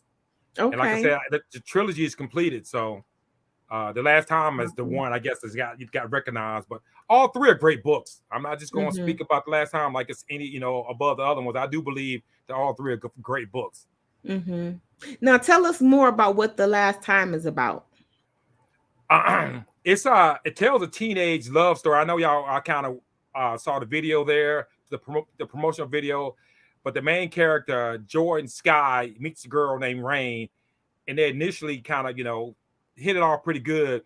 But Rain has has a boyfriend at the time they meet. But when she hooks up with Jordan, she breaks it off with Dewan. But Dewan, her ex, is not ready to let her go. So he's kind of just, I guess, well, I don't want to say stalking, but he's definitely on her. Don't want to let her go. And Jordan and Dewan have a couple of words and a couple of situations where they kind of get caught up with each other. Now, the main character, Jordan, ends up actually going to a juvenile correction facility for a while because of a situation with Dewan. And it just talks about the fact that, Jordan, the main character, is not a bad kid. He's a 16-year-old kid. He's not a bad kid. He just kind of selfish and confused. How most teenagers teenagers are today. I'm not going to say most. I'm going to say a lot of today are confused and think it's about them. And Jordan just kind of falls in that category, just believing that the world revolves around him and, it's what I want, what I want to do. And I'm not worried about nobody else. But then the situation, life forces him to realize it's not about you. It's more than just you. And the circumstance makes him realize it's more than just you. So, like I said, it's other What things. inspired what inspired you for those characters? What was the inspiration for those characters? Well, Because you go ahead. Go ahead. Oh, I worked at well, I'm not originally from Texas, but I've been in Texas about 25, 26 years. And in them 26 years, I worked at juvenile corrections, Texas juvenile correction system.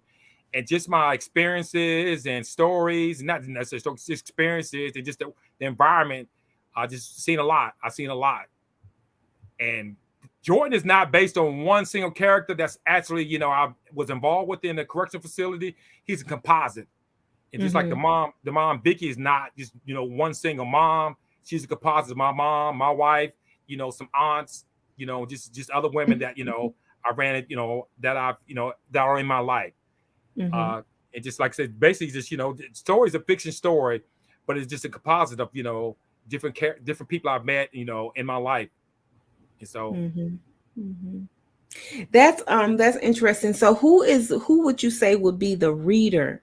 Who would be attracted to reading the book? Because this is this basically this is telling the story of what they went through and the outcomes and the choices that were made. So who is this story written for? Who is your main audience for this story? Well, the main audience I've learned is moms, moms who relate to the fact of she's a single mom. Vicky, I didn't mention too much when I was talking earlier, but the mom, Vicky, is a single mom raising three, like in my own personal experience, my mom raised us and raising three kids there. And I just noticed from my audience, just response I've been getting that moms, are women, I guess women, just are really attracted to the story and just kind of show the struggle about how just dealing with Jordan and his issues and how the struggle he puts her through, and that no matter what, he does, that she's there for him. And teenagers also, I mean, I've, had some teenagers like who told me, that they relate to, Jordan and kind of see themselves in Jordan. So like I said, the award I got was for teen fiction, and I got third place for women, third place women fiction. So I definitely That's know good. the basic audience is, women and, teenagers in the age bracket between 13 and I would say 18 or so. Mm-hmm. So I want to ask you this question, Eric. Take us through the process of just really getting started to write, because we have so many people that'll be watching that's kind of like sitting on the fence, and they have a story. They want to tell a fictional story. They want to, just things that go on in their head. Like you say, you take a little bit of what you're going through, people around you, and you start creating these characters. So tell our viewers what you went through, or how much do you want to share about just the process that you had to go through of getting it done. Well, I said actually the last time my second book, the first book was the You Never Said Goodbye, was the book that got it all started. Now I actually started writing You Never Said Goodbye in 2014, and I didn't actually get that published till 2020 when COVID happened and COVID shut the world down. And so I was able to sit down and actually go ahead and finish writing You Never Said Goodbye.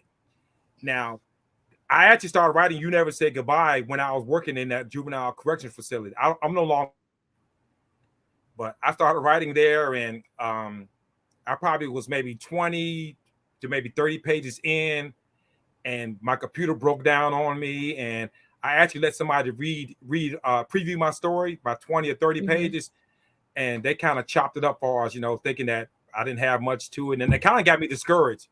It got me discouraged between my computer breaking down and, like I said, just got a negative comment. It kind of discouraged me, so I kind of put it aside. But in 2019, I ran to a coworker at my new job, and she was working on a computer, just typing along. And I said, "What are you doing?" And she said she's writing a book, and and she said, I told her I was writing a book 3 or 4 years ago, and she just told me, you need to, finish that book. You need to, go ahead and finish that book. She just, said that I don't care if it's an hour a day or 1,000 words a day, but you need to finish the book. Mm-hmm. And like I said, this was 2019, like late 2019, and COVID happened like around March, April, and like I said, shut the world down. And I pulled my computer out and just read over it, because I had forgot a lot of the story, but I read over what I had written, and it kind of just inspired me, to finish it. And the word, I think, is just perseverance. Like I said, I'm not gonna lie. If I wouldn't have ran into that coworker at that time, I might not never finish it. But I did run into her. Everything happened for a reason. Mm-hmm. I do believe everything happened for a reason. Like I said, I don't even see her today. I'm not even sure she's there no more at the job. But she was the one that kind of like pushed you, gave you that encouragement. Yes. Because you had set it down for what, like 5 years? Somewhere around it, yes. Close and like to 5 years. Yes, I had to actually, find my old computer, dust it off, plug it in, and reread it and transfer stuff from my old computer to my new computer. The old computer was not even, I could not even save stuff on memory card to it. So I couldn't save stuff. That was also discouraging. But like I said, I got some negative feedback from what I had previously wrote. But you know what, that negative feedback kind of just, that was 5-6 years ago. So I let that go by the wayside. Right. And I finished it out. And then from there, I got some pretty good sales from that book, and I got some good comments for that book. And I realized that, wow, I got a story. I got a series on my hand. I could, and one of the characters I was talking about in that book, Jordan, I knew I had to tell a story. I knew, because I mentioned him. He was a driving force, and You Never Say Goodbye. But people did not know. If you read the book, you don't know what happened to Jordan. So I realized I had to tell Jordan's story to explain Jordan's story, so you could understand what happens in, You Never Said Goodbye. And then You Never Say Goodbye ended up being in a cliffhanger, not intentionally, but ended up being a cliffhanger. So I wrote closure to wrap it all up. So that's where the trilogy comes from. You know what? This and I always say this, but the book fair is really not just about us, because we've done it. We did it. It's also about helping other people realize that if you come around a community such as this one, it's probably going to be inspirational for you.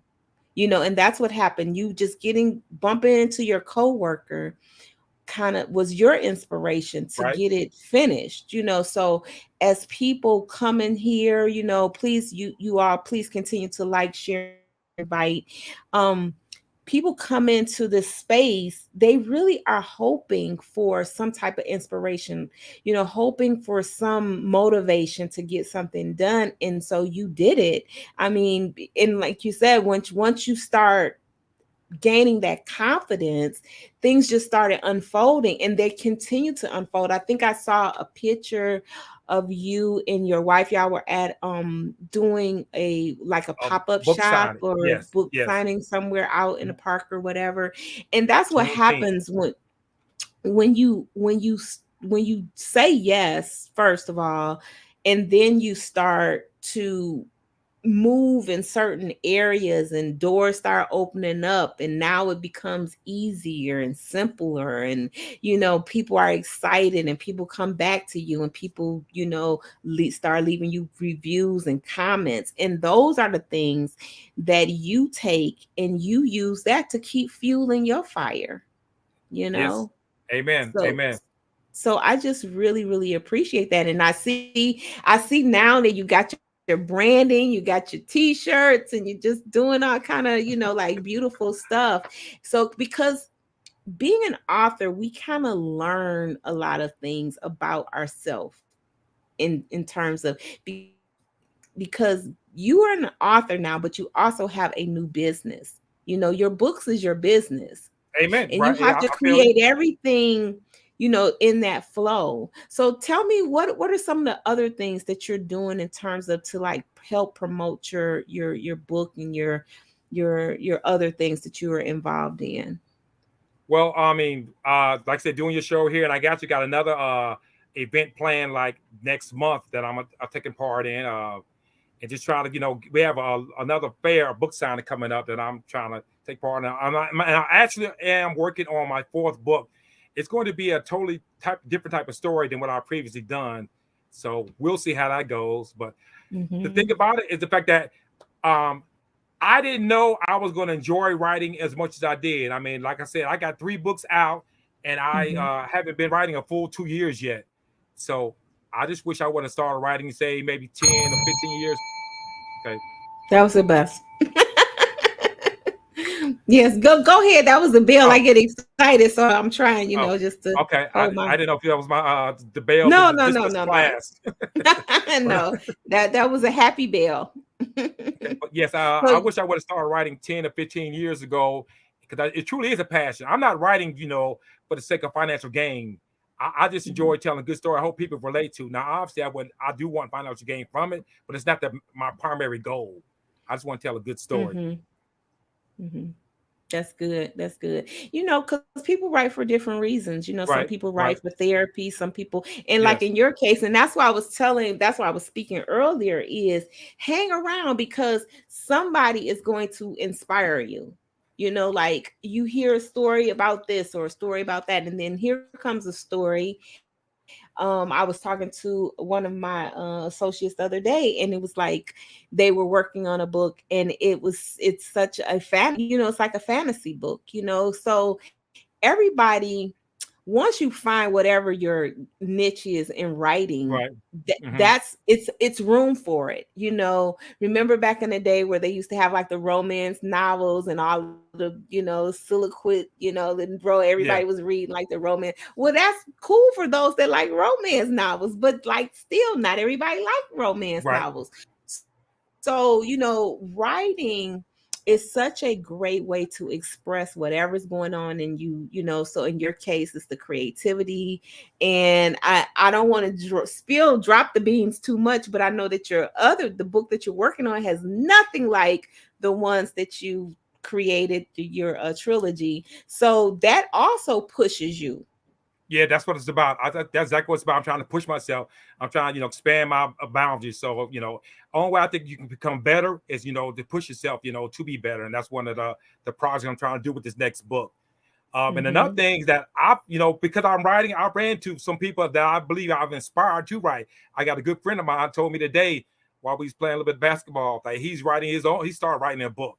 He said he's really early on in the process, but I'm trying to, encourage him to, to continue. And I got another friend Yeah. who I work with that's he's writing a book himself, and he said he's about maybe 30 or 40 pages in. I know that his wife buys my book, because this white buys on book, he kind of inspired him to want to write his own book. But I'm like, good, it's rubbing off. So, and I feel good about that. That is beautiful. That is so nice. See, so you see how that flips over. You was Right. the one getting inspired. Now you're Yeah, right. inspiring Yes. others, and you Yes. definitely Yes. inspiring people on this platform that will tune in and watch and just take in all of this the information on how you did it. What would you say? I know you and I heard it. You had got the bad review. Somebody say, "Oh, that's no good," and then you stop.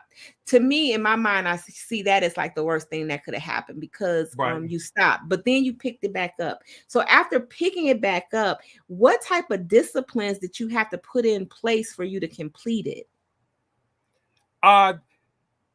Disciplines put in place. Just well, first of all, when I first started rewriting it, when I started finishing the book up, I set my alarm on my clock on my phone to remind me every day to write something. And I told myself, I made myself a New Year's resolution that in 2020 I was going to finish that book. If nothing else, I was going to finish it. Now I didn't know, about it being published and it being out. But as far as me actually, finish, I knew I was going to finish. I told myself so. Between those two things, and once I got into it, I got start writing again, and really got in the flow of it. I realized I got a good thing going here, and I do want to finish it. And like I said, COVID happening allowed the time, for me to get it done. And once I start selling, You Never Say Goodbye, I started getting some good positive feedback from it, like online and in person, and it just made me realize, wow, this is a good story, and I do have a talent for this, and so that like I said, and the thing about it today now, I've gotten some negative reviews, online, or one or two online about the book, but that hasn't discouraged me because I do know you can't tell me I don't have a good story. You might not like. And might not agree people's with it. opinion, Right, right? And it's right, okay. yeah. You don't have to, if you're looking for a public opinion to be totally on your side, then you don't have the thick skin that's required Yes. to do anything in life. Yes.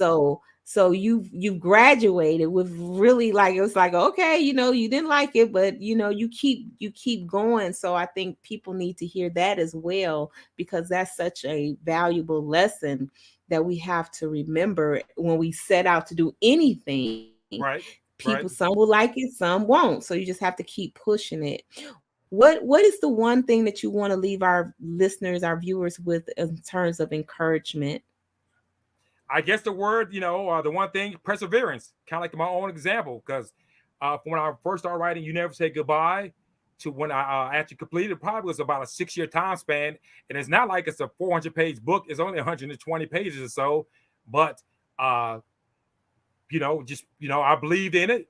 Like I said, that one particular night there, encouraged me. And I believe in it now. I believed in it. And I just do believe in perseverance. That's what it come down to in a nutshell, perseverance. Perseverance. Y'all need to type that word down, perseverance. Yes, yes. And right now, like I said, I do know I have a talent for it, and I'm gonna continue writing. Hopefully, I got another 10 to 15 books in me, and even if I don't get financially rich off of it, which, like I say, is not the main goal, I still want to tell a story that people can relate to, and we'll just see what happens. Now, your books, are they sold only on Amazon?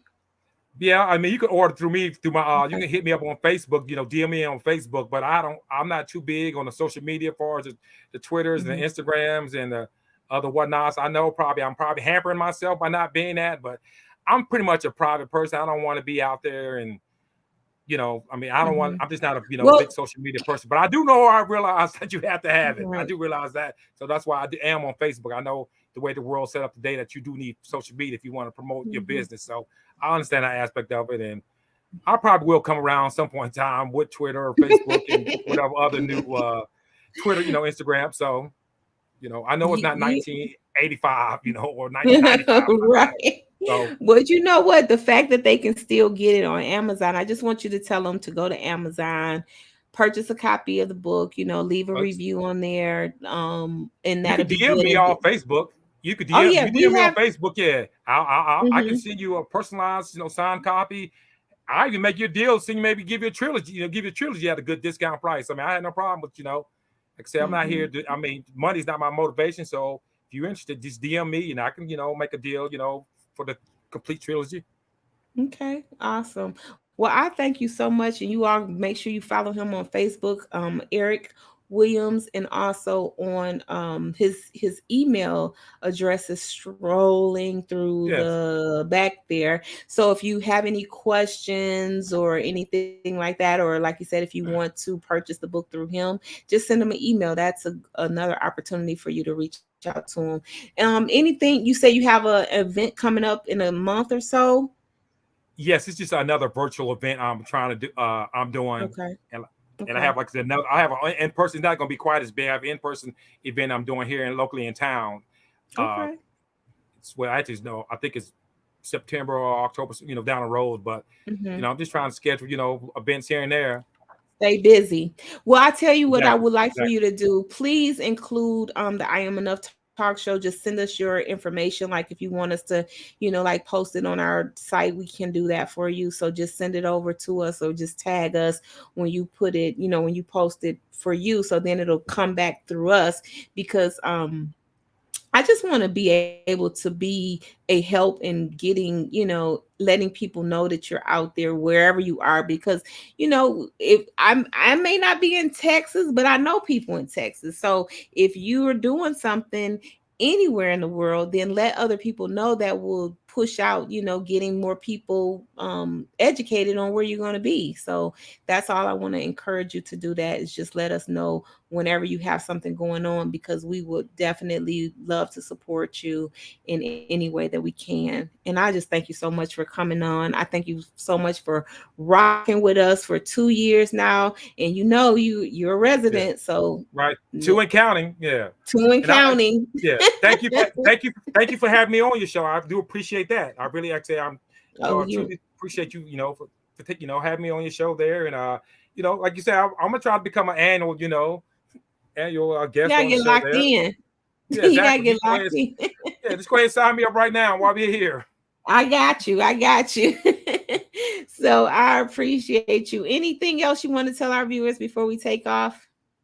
Oh no, I'm good. Like I said, I just appreciate the time, being on your show there, and I will be checking out, the event for the next couple of hours or so. Okay, awesome. So we have one last sponsor that's actually about to come on. So if you want to hang around, you can stay on and see what Mother Earth is going to be telling us tonight. Okay. Thank you so much. All right, thank you. Appreciate you so All right, good much. night. Good night. Woo, I am just, y'all, you know what? I'm so happy. I'm just telling you, I just, if you say you love what you doing, you just better say, I love what I do. Put a whoop whoop in the comments. Put a whoop whoop in the comments. Being passionate about what you're doing is everything. And I'm going to bring you all this sponsor that's so passionate about what she does. Like all of you all that have been tuned in tonight, I just want to encourage y'all to get passionate about life, passionate about how you move through life, passionate about other people in your life. If they ain't moving and grooving, and if they not making you feel better, then you need to just clip them off. You just need to get a big pair of scissors and just clip them. Just say clip, clip. You got to go because it's all about who you surround yourself with and how much you're willing to allow people to pour into you. The good stuff, the good stuff, the good stuff. Right, Queen. The good stuff, the good stuff. Hey, motivational queen. I just really appreciate you, Mother Earth, for being here tonight, being one of our sponsors. Happy birthday. Thank you. It's Happy 56. birthday. 56. 56? 56. Oh my God's been good. What? You can't tell nobody you 56 because they wouldn't even believe you. They would not even believe you. And how are you celebrating? I know you a part of this because this is your birthday weekend. Your birthday is actually what, tomorrow? Tomorrow, yes. Okay. So And tell me. I'm going to Jeju. My husband is sending me to Jeju. I love Jeju. I I do too. I love Jeju. When you going tomorrow? I Are am you going going? tomorrow, probably around noon. Join me. I'm gonna go get in some self care, and one of my favorite things to do for self care is get a foot massage. Like Mhm. I didn't realize how intricate the foot is, in the health of your whole body. Like he can touch different parts and you can feel it in different areas of your body when he touches your Mhm. foot. That's Hmm. true. So you getting some reflexology tomorrow. Are you going Yeah. tomorrow? How Yes. long are you going to stay? 24 hours, or how long are you going to stay? I gotta go to work Monday, so I won't be staying. But I am gonna enjoy the heck out of the time that I have there. You know what? Okay, so I would join you, but tomorrow we have we got another day of the book fair. So I can't go because if I could, friend, Yeah. I'll be right there. Well, What hap- sis, you supposed to be feeding the people and spreading good information and good vibes, and we just love you for that. Thank you so Oh, much. thank you. Thank you so much. I want you to tell us about and I'm gonna move out the way so you can get into telling them about what it is you do, why you serving. Mother Earth is a holistic practitioner. She specializes in sea moss and so much other things. Miss Sandy is on here as well. I would say y'all both in that category of just loving on the earth and letting the earth love on us, and so much that you give, so many products and services, and just your personality and your words of wisdom, and like the honoring the ancestors, like so many things. And to me, I'm just going to tell you how valuable it is to me, because when you connect with people, there's always a calling on your life. And that's just my opinion. I might be wrong, but I think I'm right.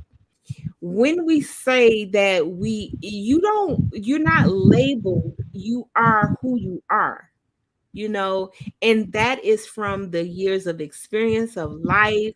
That's from the education. That's from surrounding yourself with people that you learn lessons from. Some of these lessons are harsh lessons. Some of these lessons are fair. Some of these lessons are unfair, but they all will come back in a way to serve us. And if we're paying attention and if we're aware, then they can serve us to our highest good. And that's even going through the worst storms. You can come out like just a smile. They be like, what's wrong? You okay? You be like, yes, I just had something awful happen to me, and I learned the biggest lesson. I I say. get I get giddy with it. So I'm gonna move out the way so you can introduce yourself and tell people about your products and services that you offer us. I think I'm just make this one last comment. As a writer, we have to stay crystal focused in our mind, and how that pans out is taking in the right nutrition, taking in certain things that's here for us so we can rise and have optimum health. And with that said, I'm moving myself out the way. Miss Wanda, 1 minute. I love the way you interview and um how you move me by asking the questions that you ask. Because if you leave it to me, I can be really I probably won't go where you want me to go. Okay, so you So don't want me to go nowhere? you know, I just love you. Okay. So I'll ask the questions then. So tell us more about your journey in your business and into what brings you to this point that you're at now. Okay, so the journey has been a few years. It started in, let me see, 2015. We started Mother Earth's as Mother Earth's Nature Suites. And half of my family is vegan. So our journey started out with making vegan cakes and cupcakes. And we did that for a couple of years. And as we were doing that, people started asking questions about how we eat and what kind of products we take. And because we garden as well, and they wanted to know about what we grew. And from that, we kind of just moved on to Mother Earth's holistic healing, because it's the whole self that we aim to heal. Having your physical up to par and your emotional and mental does not work. You have to have the combination of everything: physical, emotionally, mentally, spiritually. So all of these areas need to be addressed, and the creator has provided us naturally with the things that we need to address those. We don't have to. I mean, some people might prefer to take capsules and supplements, but the what we need to keep our body healthy, the herbs are grown straight from the earth, and we can use them like that. I have gotten into a lot more into the herbal side in the last couple of years. This last year, I grew my first herbal garden, and that kind of just took my sea moss to another level, because now I'm actually mixing up herbal blends to address different ailments with the sea. That so you're experimenting more now because you got greater access, and how do you come up with your recipes? Okay, so mostly I just use like the knowledge that I have, the things that I've practiced with. There's nothing really written down. I do need to start. I have started doing that, like with my soap recipes and my body wash recipes. I'm just formulating the herbal recipes. I think I spoke to you about the herbarettes. We're doing like herbal cigarettes now that helps with different ailments like anxiety, like insomnia, smoking cessation. And so it's just been a practice of just mixing them up until I get that blend that I really like and that my customers really appreciate. So the same thing with the sea moss. I just had a customer reach out to me. She's been using the sea moss, but she has diabetes. So I took some herbs, like the herbs that I would mix for tea for a person that is trying to regulate their blood sugar. I mixed that up.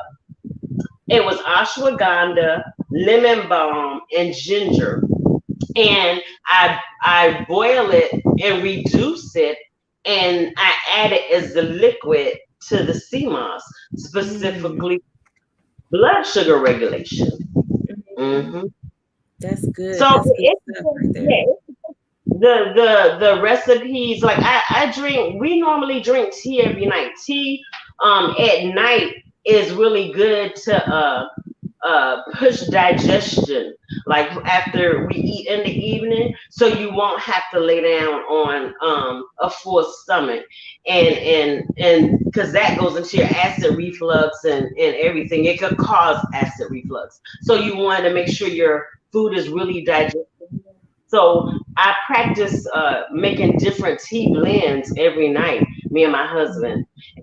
So I just use those, and they work really well. Like the one that I use to go to sleep, it works really well. So I could just use any of those, reduce it, and mix it into the CMOS for a medicinal blend.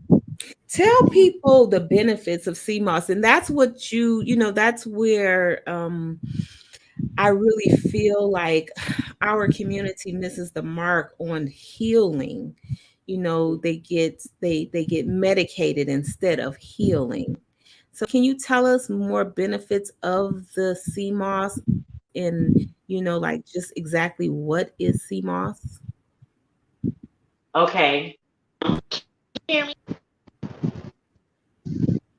Say something. Okay, I was trying to get back. Okay. Okay, so the benefits of CMOS, there are so many. It's especially great for digestive issues, and that is one of the main attractions for me when I started using CMOS about 7 or 8 years ago. I had been diagnosed with IBS, irritable bowel, and almost every other thing that I would eat would leave me with a lot of discomfort and gas and bloating. And I knew that CMOS could help regulate my digestive system. And that was one of the main reasons I started using it. But also, it produces great energy. It is awesome for the immune system. It boosts the immune system to protect you from getting very sick with allergies, colds, flu, COVID. You know, it's also great for your skin. Um, it's good. It helps regulate blood sugar, blood pressure. Um, it helps with the thyroid system. Uh, it's anti-cancer. Um, there are just so many great benefits in CMOS, and it's loaded with so much nutrition, vitamins, and minerals as well. How many? Oh well, now I'm not gonna say it's 92. That was what they said in the beginning. Actually, I think Dr. Staby said that there was 92 of the minerals that the body needs in CMOS. It's actually less than that, but it has so many great benefits and so many vitamins and minerals that it's worth taking. Mm-hmm. And you blend it, you make it into a gel. Now, do you ever do classes or whatever to teach people how to make it? I know one time we did a little demonstration that you did the actual showing them how to do it. But do you ever do that on a on a Well, regular basis? actually, I'm moving into that direction because a lot of my customers have never made CMOS for themselves, and I truly believe in teaching a man to fish because more people in our community knows about it, the CMOS and its benefits and how to make it. We can all heal better. Right. In fact, excuse me. And also, a lot of people ask me that buy my dried CMOS how to make it, and I'm willing to walk them through the process. So somebody actually asked me a couple of weeks ago if they could take a class, and I'm like, maybe I should offer some You classes. should. You should. I'm a straight sales and marketer. Like, yes, I love in this space of, my gift also is in communications, but I'm definitely marketing and sales driven. And one thing about it is, and this is for products that I feel like are beneficial. Now, I don't get excited about just everything, but products like that the service that you provide, the products that you provide is for us to be healthy. And see, when we're healthy in our minds and our bodies and our spirits and our souls, then we can produce other things. But when we're not healthy in these areas, then we're scratching for life. We're scratching to live. We're fighting with trying to be whole. So a person like you that has a product that will help us like deal with gut issues, because we don't eat right. And also when you get products like this, you become then more conscious of the bad stuff that you put in. So I always say to some people when they say, well, I can't do this, I can't do that, that's a lie, because you can do anything you want to do. However, the transitions may be harder because you don't have the disciplines or you don't have the knowledge of how to do it. So somebody like a Mother Earth comes along and say, listen, gang, I can show you how to make the sea moss up. And then you say, oh, now once you start eating things to serve your body, then you might say, well, you know what? I used to eat fast food every day. Now I only eat it 2 times a day. Or I used to eat it 5 times a week and now I only eat it 2 times a week. And before you know it, you're not even dealing with fast food anymore. But it takes somebody like you to come in and say, you know what, I have a solution. You want to get off the high blood pressure medication. Let me help you get whole in your health. And then you can make these adjustments. So you're not always will, or I should say always pushing for a quick, like right now, cancel out everything, because that's not how we work. We have to sometimes, and it's not funny, but it's kind of ironic. Now, when people go to the doctor and the doctor says you got to do this in order to live, sometimes they're quicker to make the change. Right. At the last minute. At the last minute.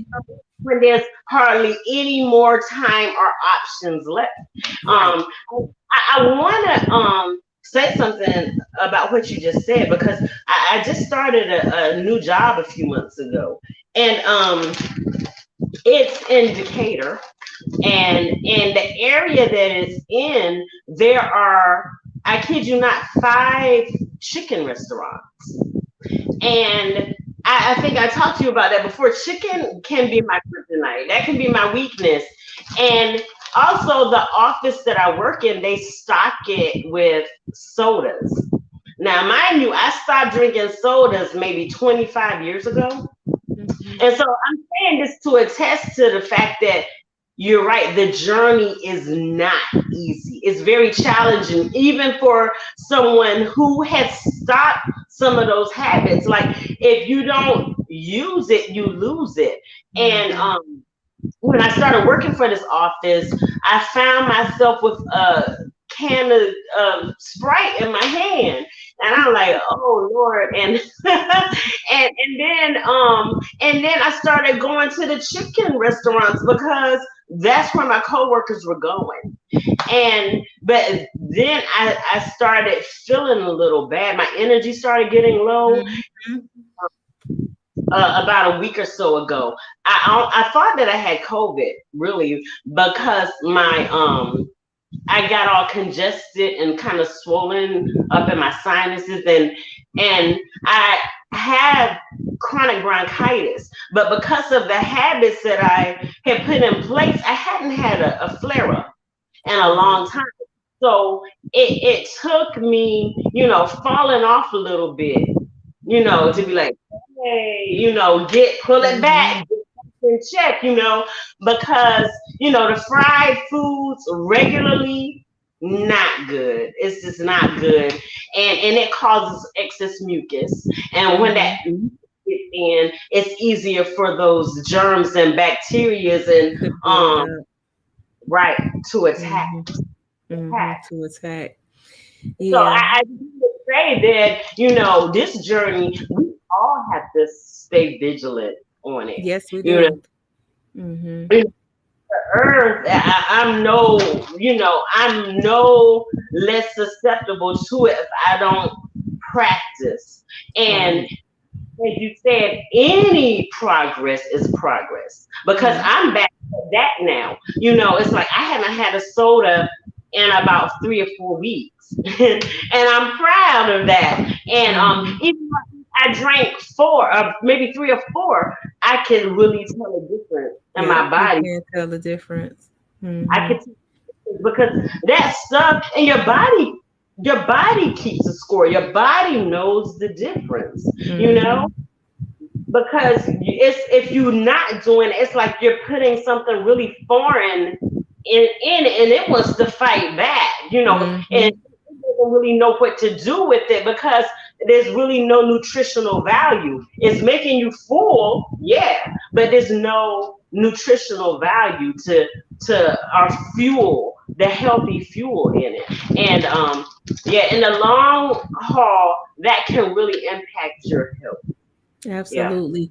And it's what I really appreciate you being so transparent because a lot of people would like to think, that's what like I try to be as transparent as possible because this isn't easy. This whole health journey, life isn't easy. So why would health be any easier? Let's face it, life is life. But what I love about your transparency is because you are a person that knows better. You are a person that made these changes and you know what's good for you and what's not for you. You know about your body, but yet you still was falling in that rabbit hole, and that just proves a point of association is everything. So can you Yeah. imagine, and let me just switch gears for a minute, this is just a girl talk conversation. Yeah. Can you imagine that if we hung out with the wrong people all the time, do you know that our lives will be turned totally upside down because we're in the habit of just being with them? Then before you know it, we're eating like them. Then before you know it, we're talking like them. We're thinking like them and everything else. So you almost have to have this protective shield Always. around you. Right. And why I love your transparency is because you said, you know what?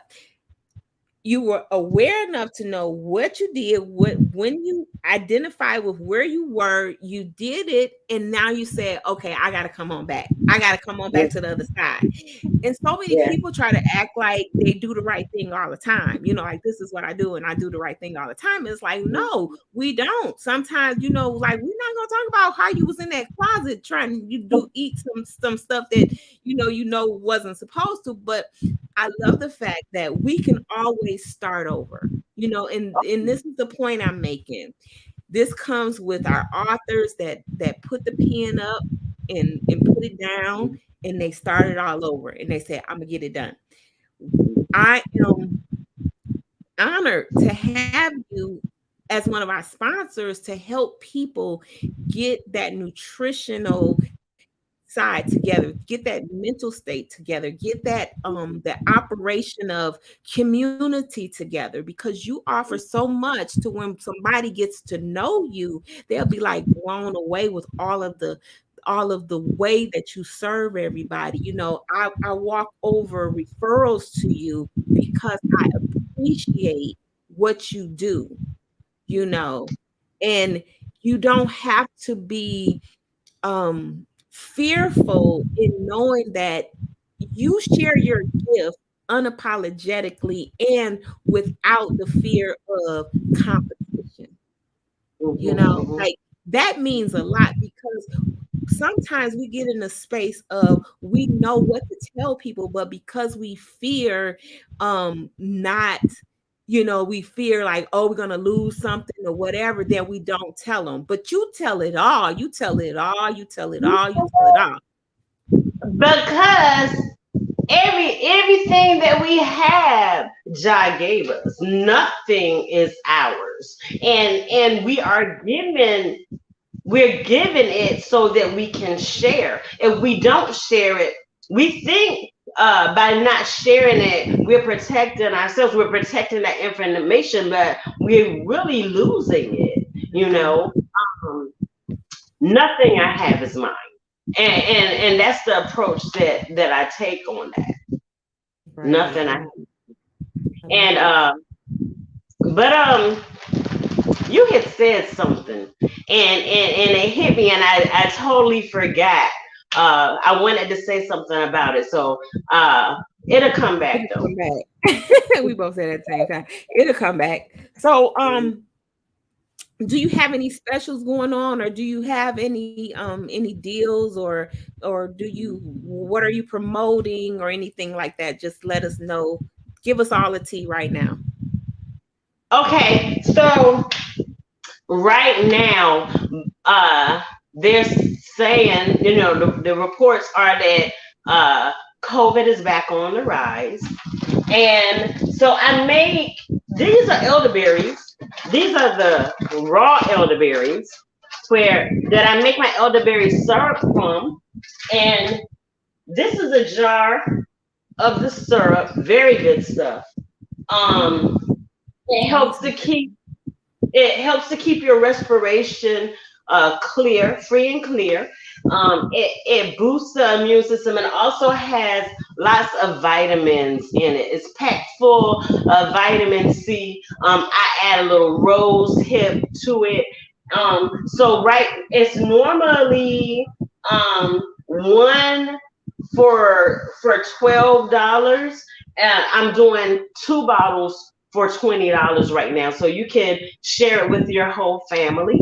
And that's two 8-ounce bottles for $20. Um, so also, I'm real happy that the herb garden is I'm pulling herbs off. I have like catnip here. I really wanted to go out in the garden, but we got started kind of late, so it was dark. But I wanted you to see the We'll herb. do, I'm gonna come over and we're gonna do a live thing and you walk us through the garden because I'd be seeing your pictures and your pictures are amazing. Those pictures need to be transformed into some videos, but Thank you. I'm gonna have to Yeah. work on you. I'm gonna have to get you together. Hi, But you sis, get already me together. together. But you already together because you got the products, you got the information, and you have the good stuff going on in that garden. The technology part, though, I am not good with that. Putting videos together, and see, this is why community is so important, especially us.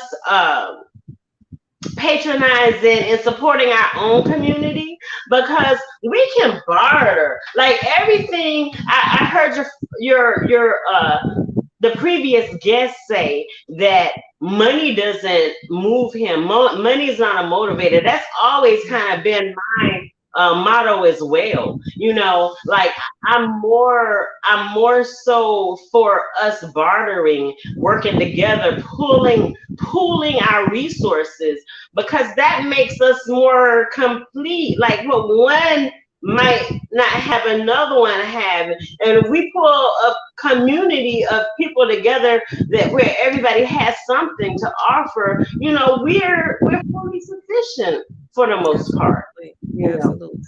Well, we got to do that. And so you got the two for 20 on the elderberry syrup. And what else did you say? You was showing me the herbs. Yeah, I have herbs, so I'm in the process of making more immunity boosting medicines. I have echinacea back there, so I've been drying a lot of the herbs and the leaves so that I can make more medicines. I have the CMOS. The 16-ounce jars are normally $34. For the next month, anybody that sees this broadcast can get it for $30, $4 off. the 16 ounce. Awesome. Just say that's That they just seen it. You yeah. got a No, code for them? You want to give them a code? I Or am just enough. I am okay. Hashtag I am enough. Okay. So y'all Yeah. got that. And your information, they can follow you on Facebook and Instagram under Mother Earth's Holistic Healing LLC, correct? And your That's it. website is right there. Is that correct? Mother Earth's Holistic Healing.com. Yes, it is. Okay. Okay. So any last words you have for our viewers and our listeners? Support Black business. Seek to support Black business. Be intentional about supporting us. Mm-hmm. That's it. I love you to life, Mother Earth. Mm-hmm. One more thing, stay healthy, y'all. Stay hydrated. And this is what I wanted to say a few minutes ago that I forgot. There's so much going on in our world today, and they are really using that, as to distract us. So when we get caught up in the distractions, it's really kind of breaking us down. Mentally, emotionally, physically, because when we're distracted, we're less able to take care of ourselves because we're unable to focus. So I just want to encourage everybody to just stay focused on your journey, no matter what. Believe in yourself, believe in your journey, and everything else will fall into place. That's it. Whoop, whoop, whoop. Yes, support Black businesses. Hashtag support Black businesses. Hashtag stay on your journey and pay attention, so yes, I just really I appreciate you for coming in, being one of our sponsors, supporting our efforts here, because we're just trying, we're intentional about making a difference. I don't know if you've written your book yet, but I know that you got a powerful story to tell. And if you haven't written it, then I'm gonna need you to pick up that pen and start writing. So next year when we do this book fair, you will be an author and not just author, Earth Mama. You be author, Mother Earth. Because with all of the things, and let me just say, I just seen for you so many legs and octopus arms to different places, and one being for you to teach us how to make sea moss, for you to educate us on these herbs, for you to walk us through your gardens, to show us how to show us how to dry stuff out. It's kind of like back in the day where we used to know how to can foods and stuff like that, like getting ready to take care of ourselves, because we're under attack. And if we don't understand that, then we'll stay ignorant. But once you understand that, then you have to make strategic moves to change, right, to prepare and to change things. So one thing that you can do for us is to keep educating us, keep drawing us in, keep helping us understand that everything that we need, the Creator provided, and we just have to know how to tap in. Because if we don't know how to tap in, then we're stuck. But once we learn how to tap in, then we can move forward. And I believe that you are an element to helping us tap in. So I thank you for that. I receive that. Ashe, my sister. I love you. It's been my honor and pleasure to be a sponsor. I just love you and the work that you do in our community.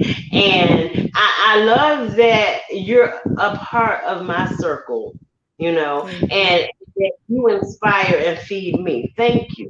Thank you so much.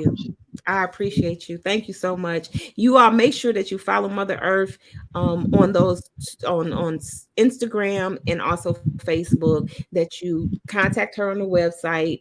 That you take advantage of these sales that she's offering and just connect with her, because you will be you definitely will receive more than you give when you messing around with Mother Earth. She's definitely a person of integrity, and she will definitely give you a lot of things that you need. Not you don't even know you be needing these things, but then when you get with Mother Earth, you be like, I need that too. So I love you, Queen. Enjoy your night and celebrate your birthday. Yes, celebrate your birthday. It's going down, and I love you for it. Keep spinning around that sun like only Yeah. you can, because you look amazing. Thank Mwah. you. All right. Love you. Good night, y'all. Thank you. We've rocked out tonight. I'm excited. Thank you, Mother Earth. That bell was for you. Another bell.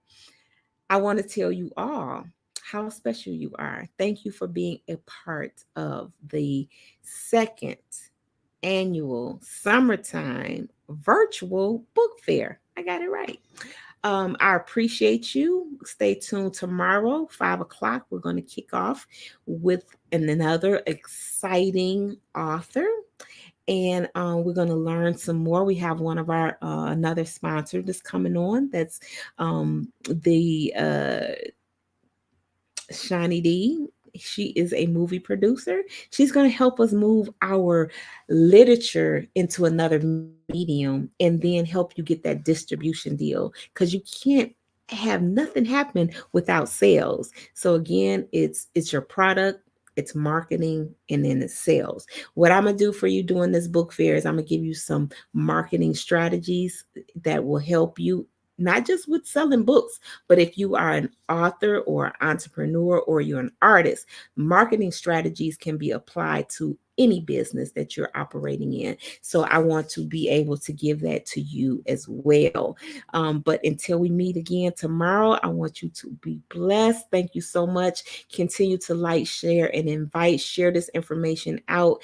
I will see you tomorrow. And guess what? I love you. And there's nothing that you can do about it. Peace and bye now.